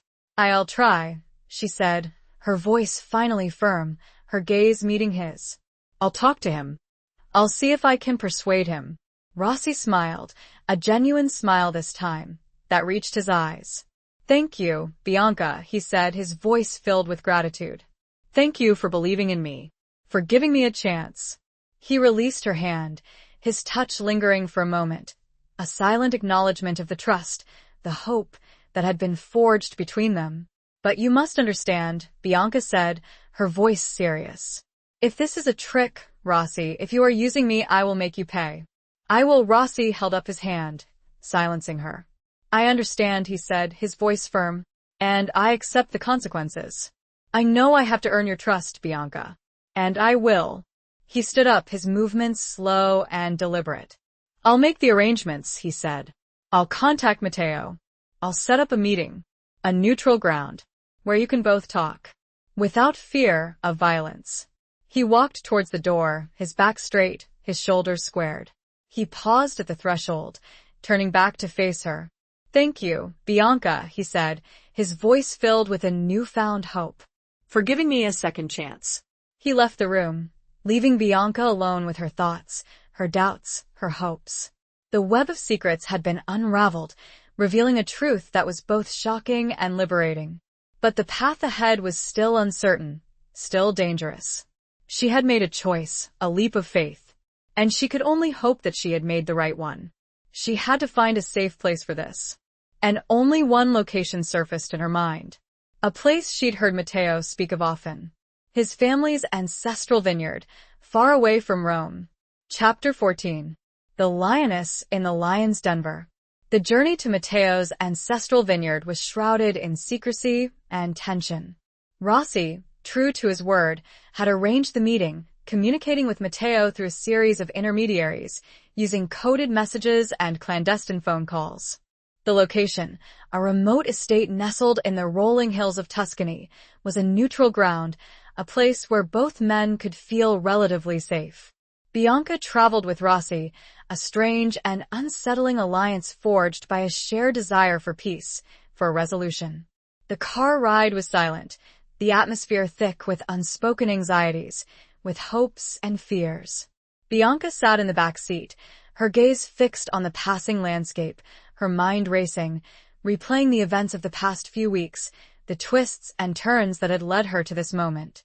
She still harbored doubts, a lingering suspicion that this could all be a trap, an elaborate ruse to lure Matteo into a vulnerable position. But she had made her choice, her commitment. She had trusted Rossi, and she had to see it through, to believe in the possibility of change, of redemption. As they approached the vineyard, Bianca felt a surge of anticipation, a mixture of excitement and trepidation. She was about to see Matteo again, to face him, to mediate between these two men, these two enemies who were also family. The estate was breathtaking, a sprawling expanse of rolling hills covered in rows of lush grapevines, the air filled with the sweet scent of ripening fruit. The main house, a centuries-old villa built of warm, golden stone, stood on a hilltop, overlooking the vineyards, a majestic symbol of family history, of legacy. Rossi parked the car in front of the villa, his movements cautious, his eyes scanning the surroundings, alert for any sign of danger, of betrayal. He turned to Bianca, his expression serious. "Stay close to me," he said, his voice low and urgent. "And don't say anything unless I tell you to. This is delicate. One wrong word, one wrong move, could jeopardize everything." Bianca nodded, her heart pounding in her chest. She understood the risks, the dangers. She was walking into a lion's den, a place where violence and treachery were commonplace, where trust was a rare and precious commodity. They entered the villa, the interior cool and dim, the air filled with the scent of old wood and aged wine. The rooms were sparsely furnished, the walls adorned with faded portraits of stern-faced ancestors, a silent testament to the family's long and troubled history. Matteo was waiting for them in a large, formal salon, his back to the window, his silhouette framed against the bright sunlight. He was alone, unarmed, a gesture of good faith, a sign that he was willing to negotiate. But Bianca could sense the tension in his posture, the coiled energy in his body, the anger that simmered beneath the surface. He was a predator, wary and alert, ready to strike. As they approached, Matteo turned, his eyes widening in surprise, then narrowing in suspicion, as he saw Bianca standing beside Rossi. His gaze flickered between them, his expression a mixture of confusion, disbelief, and betrayal. "Bianca?" he said, his voice a low, dangerous rumble. "What is this? What are you doing with him?"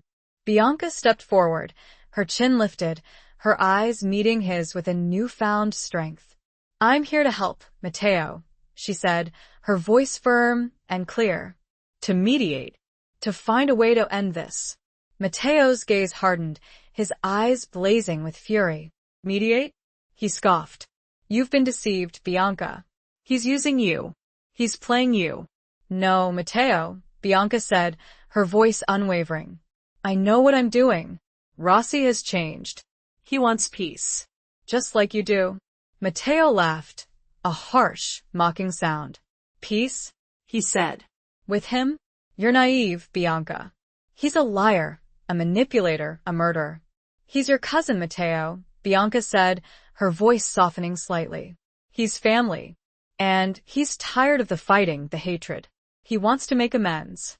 Matteo stared at her, his expression unreadable. He seemed to be struggling with his own internal demons, battling the conflicting emotions that were warring within him. The anger, the hatred, the desire for revenge, were fighting against a flicker of hope, a longing for peace. Rossi stepped forward, his hands raised in a gesture of supplication. "Matteo," he said, his voice low and earnest. "I know you have no reason to trust me. I know I've done terrible things. But I'm sincere. I want to end this feud. I want to make peace. Matteo's gaze shifted to Rossi, his eyes filled with a mixture of suspicion and contempt. Why should I believe you? He asked, his voice cold and hard. Rossi sighed, his shoulders slumping. Because I'm tired, Matteo, he said, his voice weary. Tired of the bloodshed, the loss. Tired of living in fear, of looking over my shoulder. I want a different life. For both of us. He paused, taking a deep breath, his gaze locking onto Matteo's. I know I can't undo the past, he said. I can't bring back the dead. But I can try to make amends. I can offer you restitution. I can help you rebuild what was lost. Matteo remained silent, his expression unchanging, his emotions carefully controlled. He was listening, processing, analyzing. He was a predator, assessing his prey, looking for any sign of weakness, of deception. Bianca stepped forward, placing herself between the two men, a fragile bridge between two warring factions. Matteo, she said, her voice soft but firm. Please, give him a chance. Give peace a chance. For your family. For yourself. For us. Her words hung in the air, heavy with unspoken meaning. The us was a subtle acknowledgement of the connection they shared, the bond that had formed between them, the love that had blossomed in the midst of violence and betrayal. Matteo stared at her, his eyes searching hers, his expression a mixture of conflict and longing. He was torn, his heart warring with his head, his desire for revenge battling his need for peace. His hand moved to hers, gently intertwining fingers as though he needed to confirm she was real. The lioness had entered the den, and the lions were listening. Chapter 15. Shattered illusions and new beginnings. The tension in the room was palpable, a thick, suffocating blanket that pressed down on them. Matteo's gaze lingered on Bianca, his eyes searching hers, as if trying to decipher the truth, to understand the motivations behind her actions. The touch of their hands, the subtle intertwining of their fingers, was a lifeline, a connection that transcended the conflict, the hatred that surrounded them. He finally looked away, his gaze shifting to Rossi, his expression still guarded, still suspicious. But there was a flicker of something else there, too, a hint of curiosity, of willingness to listen. Restitution? Matteo said, his voice low and controlled, the word dripping with skepticism.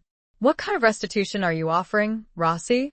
Rossi met his gaze, his expression earnest, his voice sincere. Anything, Matteo, he said. Anything you want. Territory, businesses, money, name your price. Matteo laughed, a short, harsh sound that lacked any real humor. You think you can buy my forgiveness, Rossi? He said. You think you can erase the past with money? No, Rossi said, his voice firm. I know I can't, but I can try to make amends. I can offer you compensation for your losses. I can help you rebuild. He paused, taking a deep breath, his gaze locking onto Matteo's. I can also offer you something more valuable than money, Matteo, he said. I can offer you the truth. The truth about our families, about our past. Matteo's eyes narrowed, his expression hardening. What truth? He asked, his voice laced with suspicion. What are you talking about? Rossi glanced at Bianca, a silent plea for understanding, for support. She nodded, her gaze encouraging, her touch reassuring. Rossi turned back to Matteo, his voice low and measured. The truth about our fathers, he said. About the real reason for this feud. The lies that have been passed down from generation to generation. Matteo's expression changed, a flicker of unease crossing his features. He had always believed he knew the truth, the story that had been told and retold, the narrative of betrayal and revenge that had fueled this conflict for decades. What lies? He asked, his voice barely a whisper. Rossi began to speak, his words painting a picture of a past far more complex, far more nuanced than the one Matteo had always known. He revealed secrets that had been buried for generations, lies that had been carefully constructed, manipulated, to serve the ambitions of a few powerful men. He told Matteo that their fathers, far from being sworn enemies, had once been close friends, allies, almost brothers. They had shared a vision, a dream of a unified family, a powerful alliance that would control the entire region. But their ambition had been their undoing. They had been betrayed, manipulated by others who coveted their power, who saw them as a threat. They had been pitted against each other, their friendship shattered, their trust destroyed. The feud, the blood feud, had been orchestrated, fueled by lies and deception, by external forces who benefited from their conflict. Their fathers had been pawns, victims of a larger game, a game that had continued to play out, generation after generation. As Rossi spoke, Matteo's expression changed, the anger and hatred slowly fading, replaced by a dawning realization, a shattering of illusions. The truth was a bitter pill to swallow, a revelation that upended everything he had ever believed, everything he had ever fought for. Bianca watched him, her heart aching for him, for the pain, the confusion, the loss that he was experiencing. She knew that this was a turning point, a moment of reckoning, a chance for new beginnings. When Rossi finished speaking, the silence in the room was deafening. Matteo stood motionless, his gaze fixed on the floor, his body trembling slightly. He looked broken, defeated, his world shattered, his beliefs undone. Bianca stepped forward, gently placing her hand on his arm. "Matteo," she said, her voice soft, her touch comforting. "I know this is a lot to take in, but it's the truth. And it's a chance to start over. To build something new. Something better." He looked up at her, his eyes filled with a mixture of pain and hope. He searched her face, his gaze seeking reassurance, seeking strength. He then looked at Rossi, his expression different. The hatred was gone, replaced by a weary resignation, a reluctant acceptance. "And what do you propose we do now?" Matteo asked, his voice hoarse, his tone uncertain. Rossi stepped forward, his hand outstretched. "I propose we talk," he said. "We negotiate. We find a way to coexist. To build a future together. Not as enemies, but as family." Matteo hesitated, his gaze flickering between Rossi's outstretched hand and Bianca's hopeful face. He was at a crossroads, a pivotal moment in his life, a chance to break free from the past, to forge a new path. He took a deep breath, his decision made. He reached out and clasped Rossi's hand, a firm, decisive grip. It was not a handshake of friendship, not yet, but it was a handshake of truce, a handshake of hope, a new beginning. Bianca watched them, a sense of relief washing over her, a feeling of triumph. The shattered illusions had paved the way, finally, to something else. The sun was setting, casting long shadows across the vineyard, a fitting metaphor for the end of one era and the beginning of another. Chapter 16. The Taste of Freedom and Fear. The handshake between Matteo and Rossi, a symbol of tentative truce, marked the beginning of a long and arduous process of reconciliation. The years of animosity, of violence and betrayal, could not be erased overnight. Trust had to be earned, rebuilt, brick by painstaking brick. Bianca played a crucial role in this delicate dance of diplomacy, acting as a mediator, a bridge between these two men, these two families, who were still struggling to come to terms with the shattered illusions of their past. She spent hours with each of them, listening to their grievances, their fears, their hopes.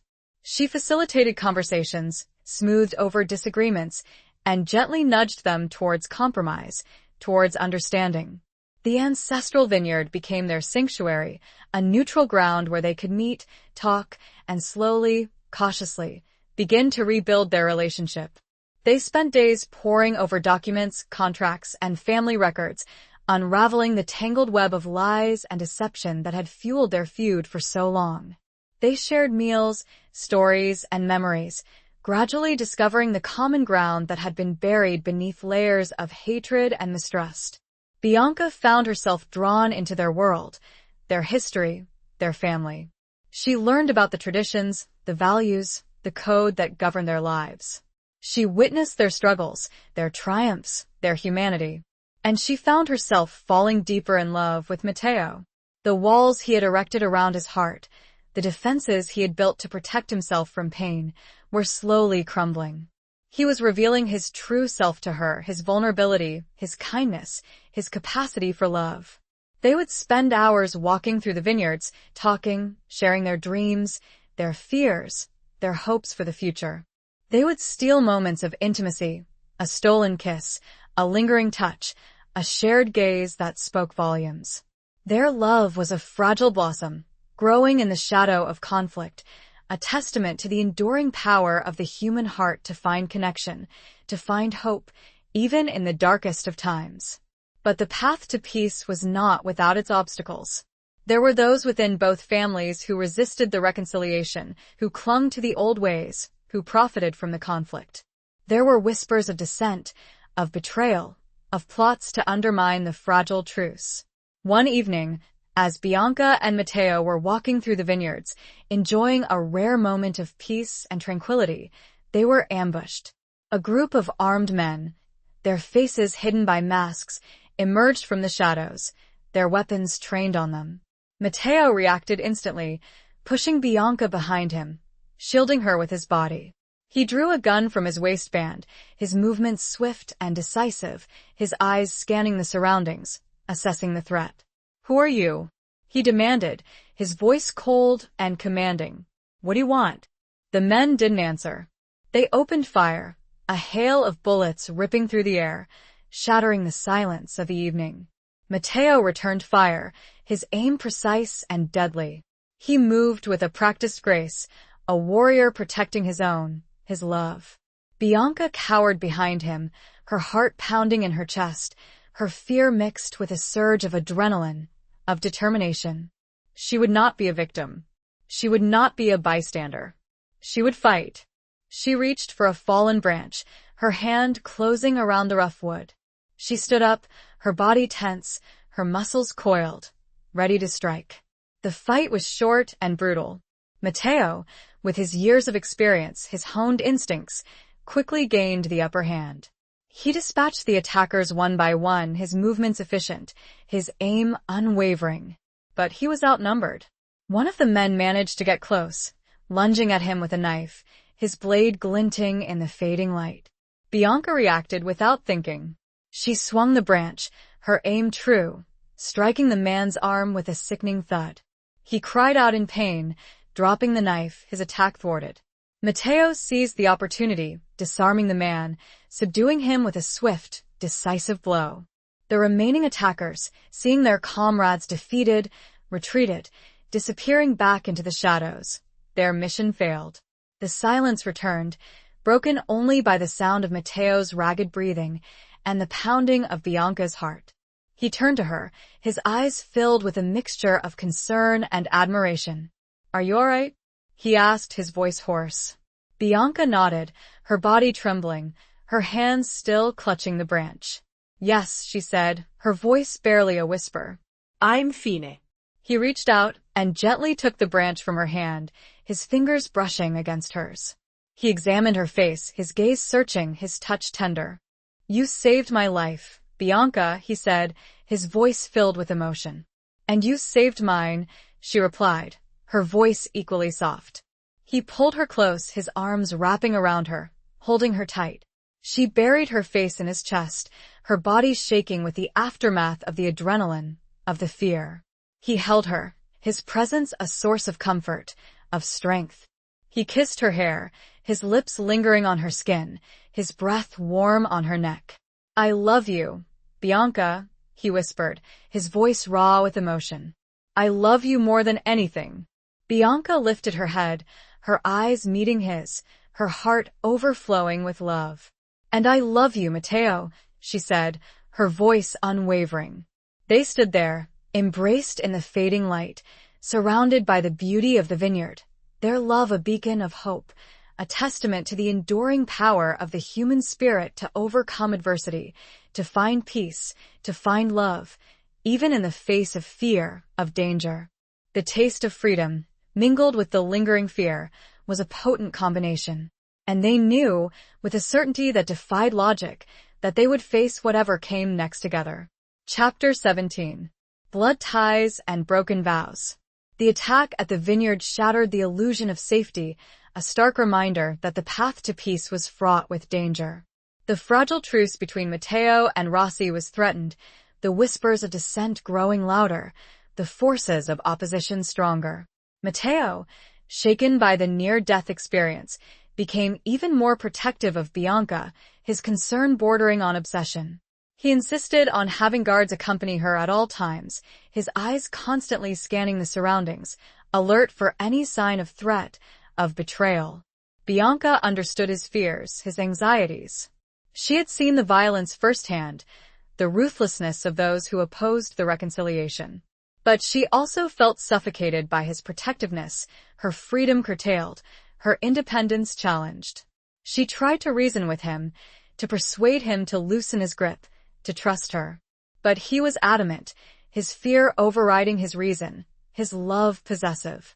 Their relationship, once a source of strength and solace, became strained, the tension between them growing, the unspoken words festering. Meanwhile, the negotiations between Matteo and Rossi continued, the process slow and arduous, fraught with setbacks and challenges. They argued over territory, over business interests, over power. They struggled to overcome the years of animosity, the ingrained mistrust, the desire for revenge. Bianca continued to act as a mediator, her patience and diplomacy tested to the limit. She listened to their grievances, their complaints, their demands. She facilitated conversations, smoothed over disagreements, and gently nudged them towards compromise, towards understanding. But she also began to feel a growing sense of unease, a nagging suspicion that something was wrong. There were whispers, rumors, hints of double-dealing, of secret alliances. She noticed that Rossi was becoming increasingly evasive, his answers to her questions vague and ambiguous. He seemed to be holding something back, hiding something from her, from Matteo. She tried to share her concerns with Matteo, but he dismissed them, his trust in Rossi, fueled by Bianca's initial endorsement, unwavering. He accused her of being paranoid, of overreacting. Their disagreement escalated into a heated argument, their first major fight since the attack. Words were exchanged, harsh and hurtful, words that cut deep, that damaged their fragile bond. Bianca, hurt and frustrated, stormed out of the villa, seeking solace in the solitude of the vineyard. She walked for hours, her mind racing, her heart aching, her trust shaken. As she wandered through the rows of grapevines, she stumbled upon a small, secluded cottage, hidden amongst the trees.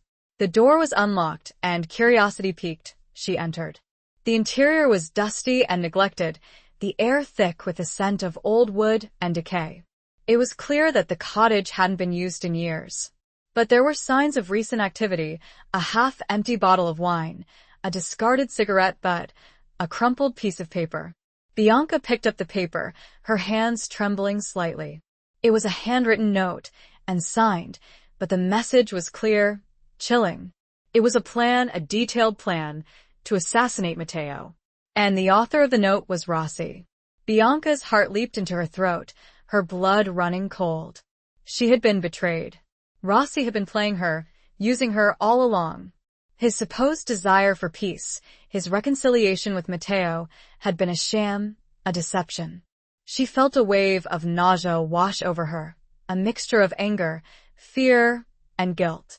She had trusted Rossi, she had vouched for him, she had facilitated his plan. She had to warn Matteo. She had to save him.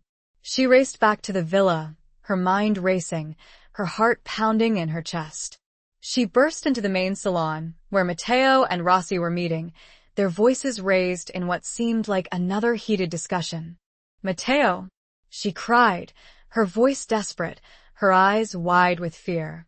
"You have to get out of here. Rossi he's going to kill you." Matteo and Rossi stared at her, their expressions a mixture of surprise and confusion. "Bianca, what are you talking about?" Matteo asked, his voice concerned, his gaze searching hers. "I found this," Bianca said, thrusting the note towards him. "It's a plan, Rossi's plan to assassinate you." Matteo took the note, his eyes scanning the words, his expression hardening, his body tensing. He looked up at Rossi, his gaze filled with a mixture of disbelief and fury. "Is this true, Rossi?" he demanded, his voice cold and deadly. Rossi's face paled, his composure crumbling. He stammered, he hesitated, he tried to deny it. But the evidence was irrefutable. The note was in his handwriting, the plan was his. Mateo's hand moved to his waistband, his fingers closing around the handle of his gun. His eyes blazed with fury, his body coiled, ready to strike. "You betrayed me," he said, his voice a low, guttural growl. "You betrayed us." Bianca stepped between them, her hands raised in a plea for calm. Mateo, no, she cried. "Don't do it. Don't become the monster he is." Mateo hesitated, his gaze flickering between Rossi's terrified face and Bianca's pleading eyes. He was torn, his desire for revenge battling his love for her, his commitment to peace. The blood ties were strong, but the broken vows were a chasm. And he had a choice to make. The choice was between darkness and light, between vengeance and forgiveness. Chapter 18. The Heart's Reckoning. The air crackled with tension, the silence punctuated only by the ragged breathing of the three figures locked in a deadly tableau. Mateo's hand remained on his gun, his finger hovering over the trigger, his eyes blazing with a mixture of fury and betrayal. Rossi cowered, his face pale, his body trembling, his eyes darting nervously between Mateo and Bianca. Bianca stood between them, a fragile barrier, her body a shield, her voice a plea for reason, for compassion. She knew that this moment, this decision, would define them all, would determine the fate of their families, their future. "Mateo," she said, her voice soft but firm, her gaze locking onto his. "Please, don't do this. Don't let him win. Don't let him turn you into him." Her words struck a chord, a deep, resonant truth that resonated within him. He had spent his life fighting against the darkness, against the violence and treachery that had defined his world. He had strived to be different, to be better. He had found love with Bianca, a love that had shown him the possibility of a different path, a path of peace, of redemption. He couldn't throw that away. He couldn't become the monster he had always fought against. He slowly lowered his gun, his hand releasing the weapon, his body relaxing slightly. But his eyes remained fixed on Rossi, his gaze still filled with anger, with disgust. "You disgust me, Rossi," he said, his voice cold and contemptuous. "You are a coward, a traitor, a liar. You are everything I despise." Rossi remained silent, his head bowed, his body trembling. He knew he was defeated, his plan foiled, his life spared. Mateo turned to Bianca, his expression softening, his eyes filled with a mixture of gratitude and love. "Thank you," he said, his voice hoarse with emotion. "You saved me. Again." Bianca smiled, a sad, fleeting smile. "I just want you to be safe," she said, her voice barely a whisper. Mateo reached out and gently touched her cheek, his fingers tracing the outline of her face, his touch tender. "And I want you to be safe," he said. "Always." He turned back to Rossi, his expression hardening again. "Get out," he said, his voice cold and commanding. "Get out of my sight. And never come back." Rossi didn't hesitate. He scrambled to his feet, his movements hurried and awkward. He fled the room, his footsteps echoing through the silent villa, his escape a desperate flight from justice. Mateo watched him go, his expression unreadable. He felt a mixture of relief, anger, and sadness. He had spared Rossi's life, but he knew that the threat remained, the danger lingering. He turned to Bianca, his gaze intense, his voice filled with concern. "We have to leave," he said. "We have to get out of here. This place is no longer safe." Bianca nodded, her heart pounding in her chest. She knew he was right. They were targets, vulnerable, exposed. They left the vineyard, their departure swift and secretive. They drove through the night, the darkness their only ally, their destination uncertain. They found refuge in a small, secluded village, far from the reach of their enemies, far from the conflict that had consumed their lives. They rented a modest house, a simple dwelling where they could hide, regroup, and plan their next move. They spent their days in quiet seclusion, their lives stripped down to the essentials. They cooked, they cleaned, they talked. They rediscovered each other, their love deepened by the shared danger, the shared trust. Matteo began to heal, the emotional wounds inflicted by Rossi's betrayal slowly mending.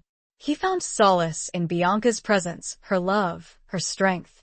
Bianca, too, began to heal, the fear and anxiety gradually receding, replaced by a growing sense of peace, of hope. They talked about their future, their dreams, their desires. They talked about leaving the Mafia world behind, about starting a new life, a life free from violence, from fear.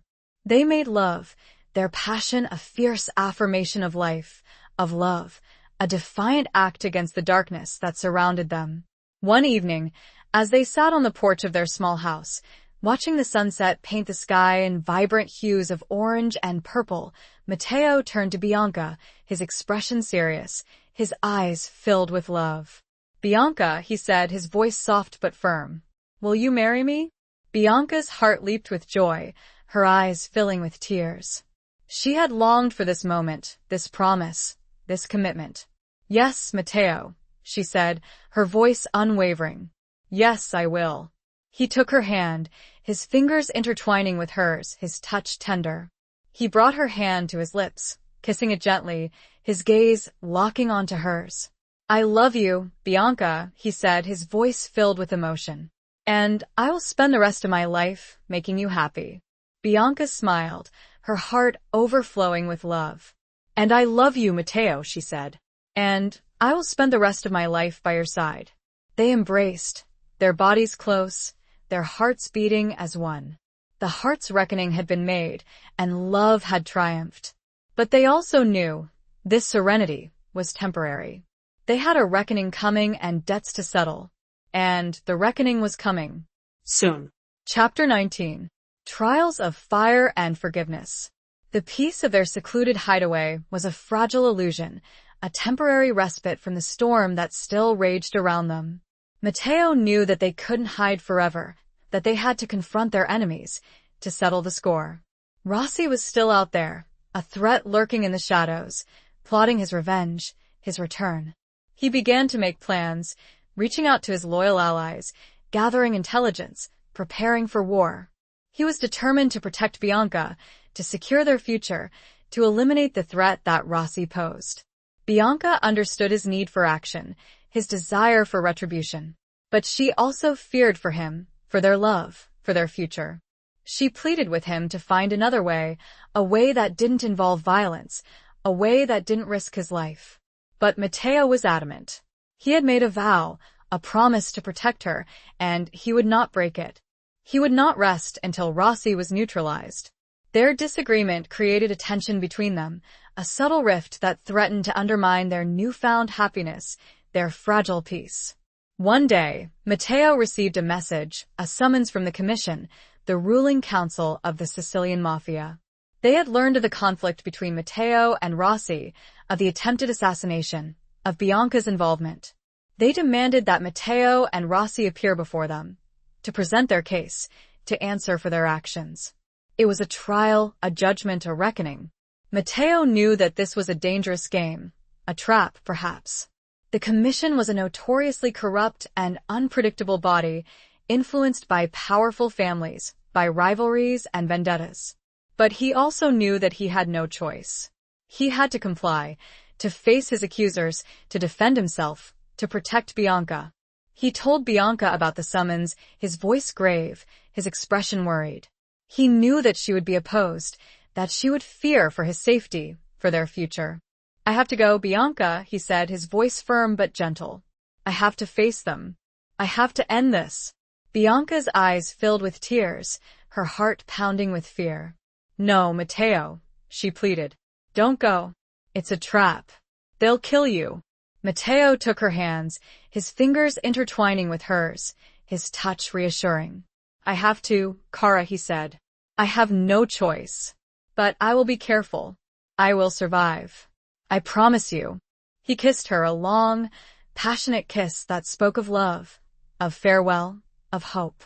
He left the next morning, his departure shrouded in secrecy, his destination unknown. Bianca watched him go, her heart heavy with dread, her mind filled with fear. She waited, days turning into weeks, the silence deafening, the uncertainty torturous. She had no contact with Matteo, no news of his fate, no assurance of his safety. She spent her days in anxious anticipation, her nights haunted by nightmares. She prayed, she hoped, she despaired. One evening, as she sat alone in their small house, staring at the empty space where Matteo used to be, she heard a knock on the door. Her heart leaped with a mixture of hope and fear. She opened the door, her hand trembling slightly. It was not Matteo. It was Sofia, the young maid from the Palazzo Greco, her face pale and drawn, her eyes filled with tears. "Signorina Bianca," she said, her voice trembling. "I have news. From the commission." Bianca's blood ran cold. She knew, instinctively, that it was bad news, terrible news. Sofia began to speak, her words a torrent of grief, of horror. She told Bianca that Matteo had appeared before the commission, that he had presented his case, that he had defended himself. But Rossi had also been there, and he had presented his own version of events, a twisted, fabricated tale of betrayal and treachery. He had accused Matteo of being the aggressor, of plotting against him, of violating the code. The commission, influenced by Rossi's powerful allies, had ruled against Matteo. They had found him guilty. They had condemned him. They had sentenced him to death. Bianca felt the world spin around her, her legs giving way beneath her. She collapsed to the floor, her body shaking with sobs, her heart shattered. Sofia kent beside her, holding her, comforting her, sharing her grief. But Bianca was inconsolable. Her love, her life, her future had been taken from her. She was alone, adrift in a world of darkness, of despair. But then, amidst the grief, a flicker of something else ignited within her. A spark of anger, of defiance, of determination. She would not accept this. She would not let them win. She would fight. She would avenge Matteo. She would expose Rossi. She would bring justice to his killers. She stood up, her body trembling, but her resolve firm. She wiped away her tears, her eyes hardening, her expression determined. "I need your help, Sofia," she said, her voice clear and strong. "I need you to tell me everything. Everything you know." Sofia nodded, her loyalty unwavering, her courage inspiring. Together, they would face the fire. Together, they would seek forgiveness, not for themselves, but for the sins of others. And, perhaps, find a way to a sort of justice. Bianca knew then, the trial had just begun. And that this was war. And the war was far from over. Chapter 20. The final confrontation of hearts and loyalties. Bianca, fueled by a potent cocktail of grief, rage, and a fierce determination for justice, transformed. The sheltered, naive woman who had arrived at the Palazzo Greco was gone, replaced by a warrior, a strategist, a lioness protecting her own. With Sofia's help, she began to gather evidence, piecing together the fragments of Rossi's deception, exposing his lies, his manipulations, his crimes. She reached out to Matteo's loyal allies, those who had remained true to him, those who doubted the commission's verdict. She discovered that Rossi had bribed key members of the commission, that he had fabricated evidence, that he had orchestrated Matteo's downfall. He had used his influence, his wealth, his connections to manipulate the system, to pervert justice. Bianca knew that she had to expose Rossi, to clear Matteo's name, to avenge his death. But she also knew that she was facing a formidable enemy, a man with power, with resources, with ruthless allies. She decided to take her fight to the commission itself. She would demand a new hearing, a fair trial, a chance to present the truth. It was a dangerous gamble, a desperate move. The commission was a closed society, a world of secrets and silence. Challenging their authority, questioning their judgment, was unheard of. But Bianca was not afraid. She had nothing left to lose. She was driven by love, by loyalty, by a fierce determination for justice. She prepared her case meticulously, gathering evidence, compiling documents, interviewing witnesses. She crafted a compelling narrative, a story of betrayal and deception, of innocence and injustice. Sophia, her loyal companion, stood by her side, providing support, encouragement, and invaluable assistance. She had access to information, to contacts, to secrets that Bianca could never have obtained on her own. The day of the hearing arrived, a day of reckoning, a day of truth. Bianca, dressed in black, a symbol of mourning and defiance, entered the grand hall of the commission, her head held high, her eyes blazing with determination. The room was filled with the powerful capi of the Sicilian Mafia, their faces stern and unyielding, their eyes filled with suspicion and contempt. They were the judges, the jury, the executioners. Rossi was there, too, his expression smug and confident, his demeanor arrogant. He believed he had won, that he had escaped justice. Bianca stood before them alone, facing the full force of their power, their authority. She began to speak, her voice clear and strong, her words resonating with truth, with passion. She presented her evidence, meticulously detailing Rossi's crimes, his manipulations, his betrayal. She exposed his lies, his deceptions, his corruption. She spoke of Matteo, of his love, his loyalty, his innocence. She painted a picture of a man wronged, a man betrayed, a man murdered. The capi listened, their expressions unchanging, their emotions hidden. They were masters of deception, of dissimulation. It was impossible to tell what they were thinking, what they were feeling. Rossi, his confidence shaken, attempted to interrupt, to discredit her, to deny her accusations. But Bianca was relentless, her voice unwavering, her evidence irrefutable. She presented witness after witness, each one corroborating her story, each one exposing Rossi's guilt. She showed them documents, recordings, and photographs, leaving no doubt as to his treachery, his crimes. Finally, she turned to the commission, her gaze sweeping across their faces, her voice filled with a mixture of anger and plea. "I demand justice," she said, her voice ringing through the silent hall. "Justice for Matteo. Justice for myself. Justice for all those who have been wronged by this man." She paused, her eyes locking onto Rossi's, her expression fierce. "Rossi is a liar, a traitor, a murderer," she said, her voice cold and hard. "He deserves to be punished. He deserves to pay for his crimes." The silence that followed was deafening. The capi looked at each other, their expressions unreadable.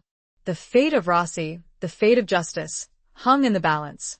Finally, the elder capo, the head of the commission, spoke, his voice grave, his words final.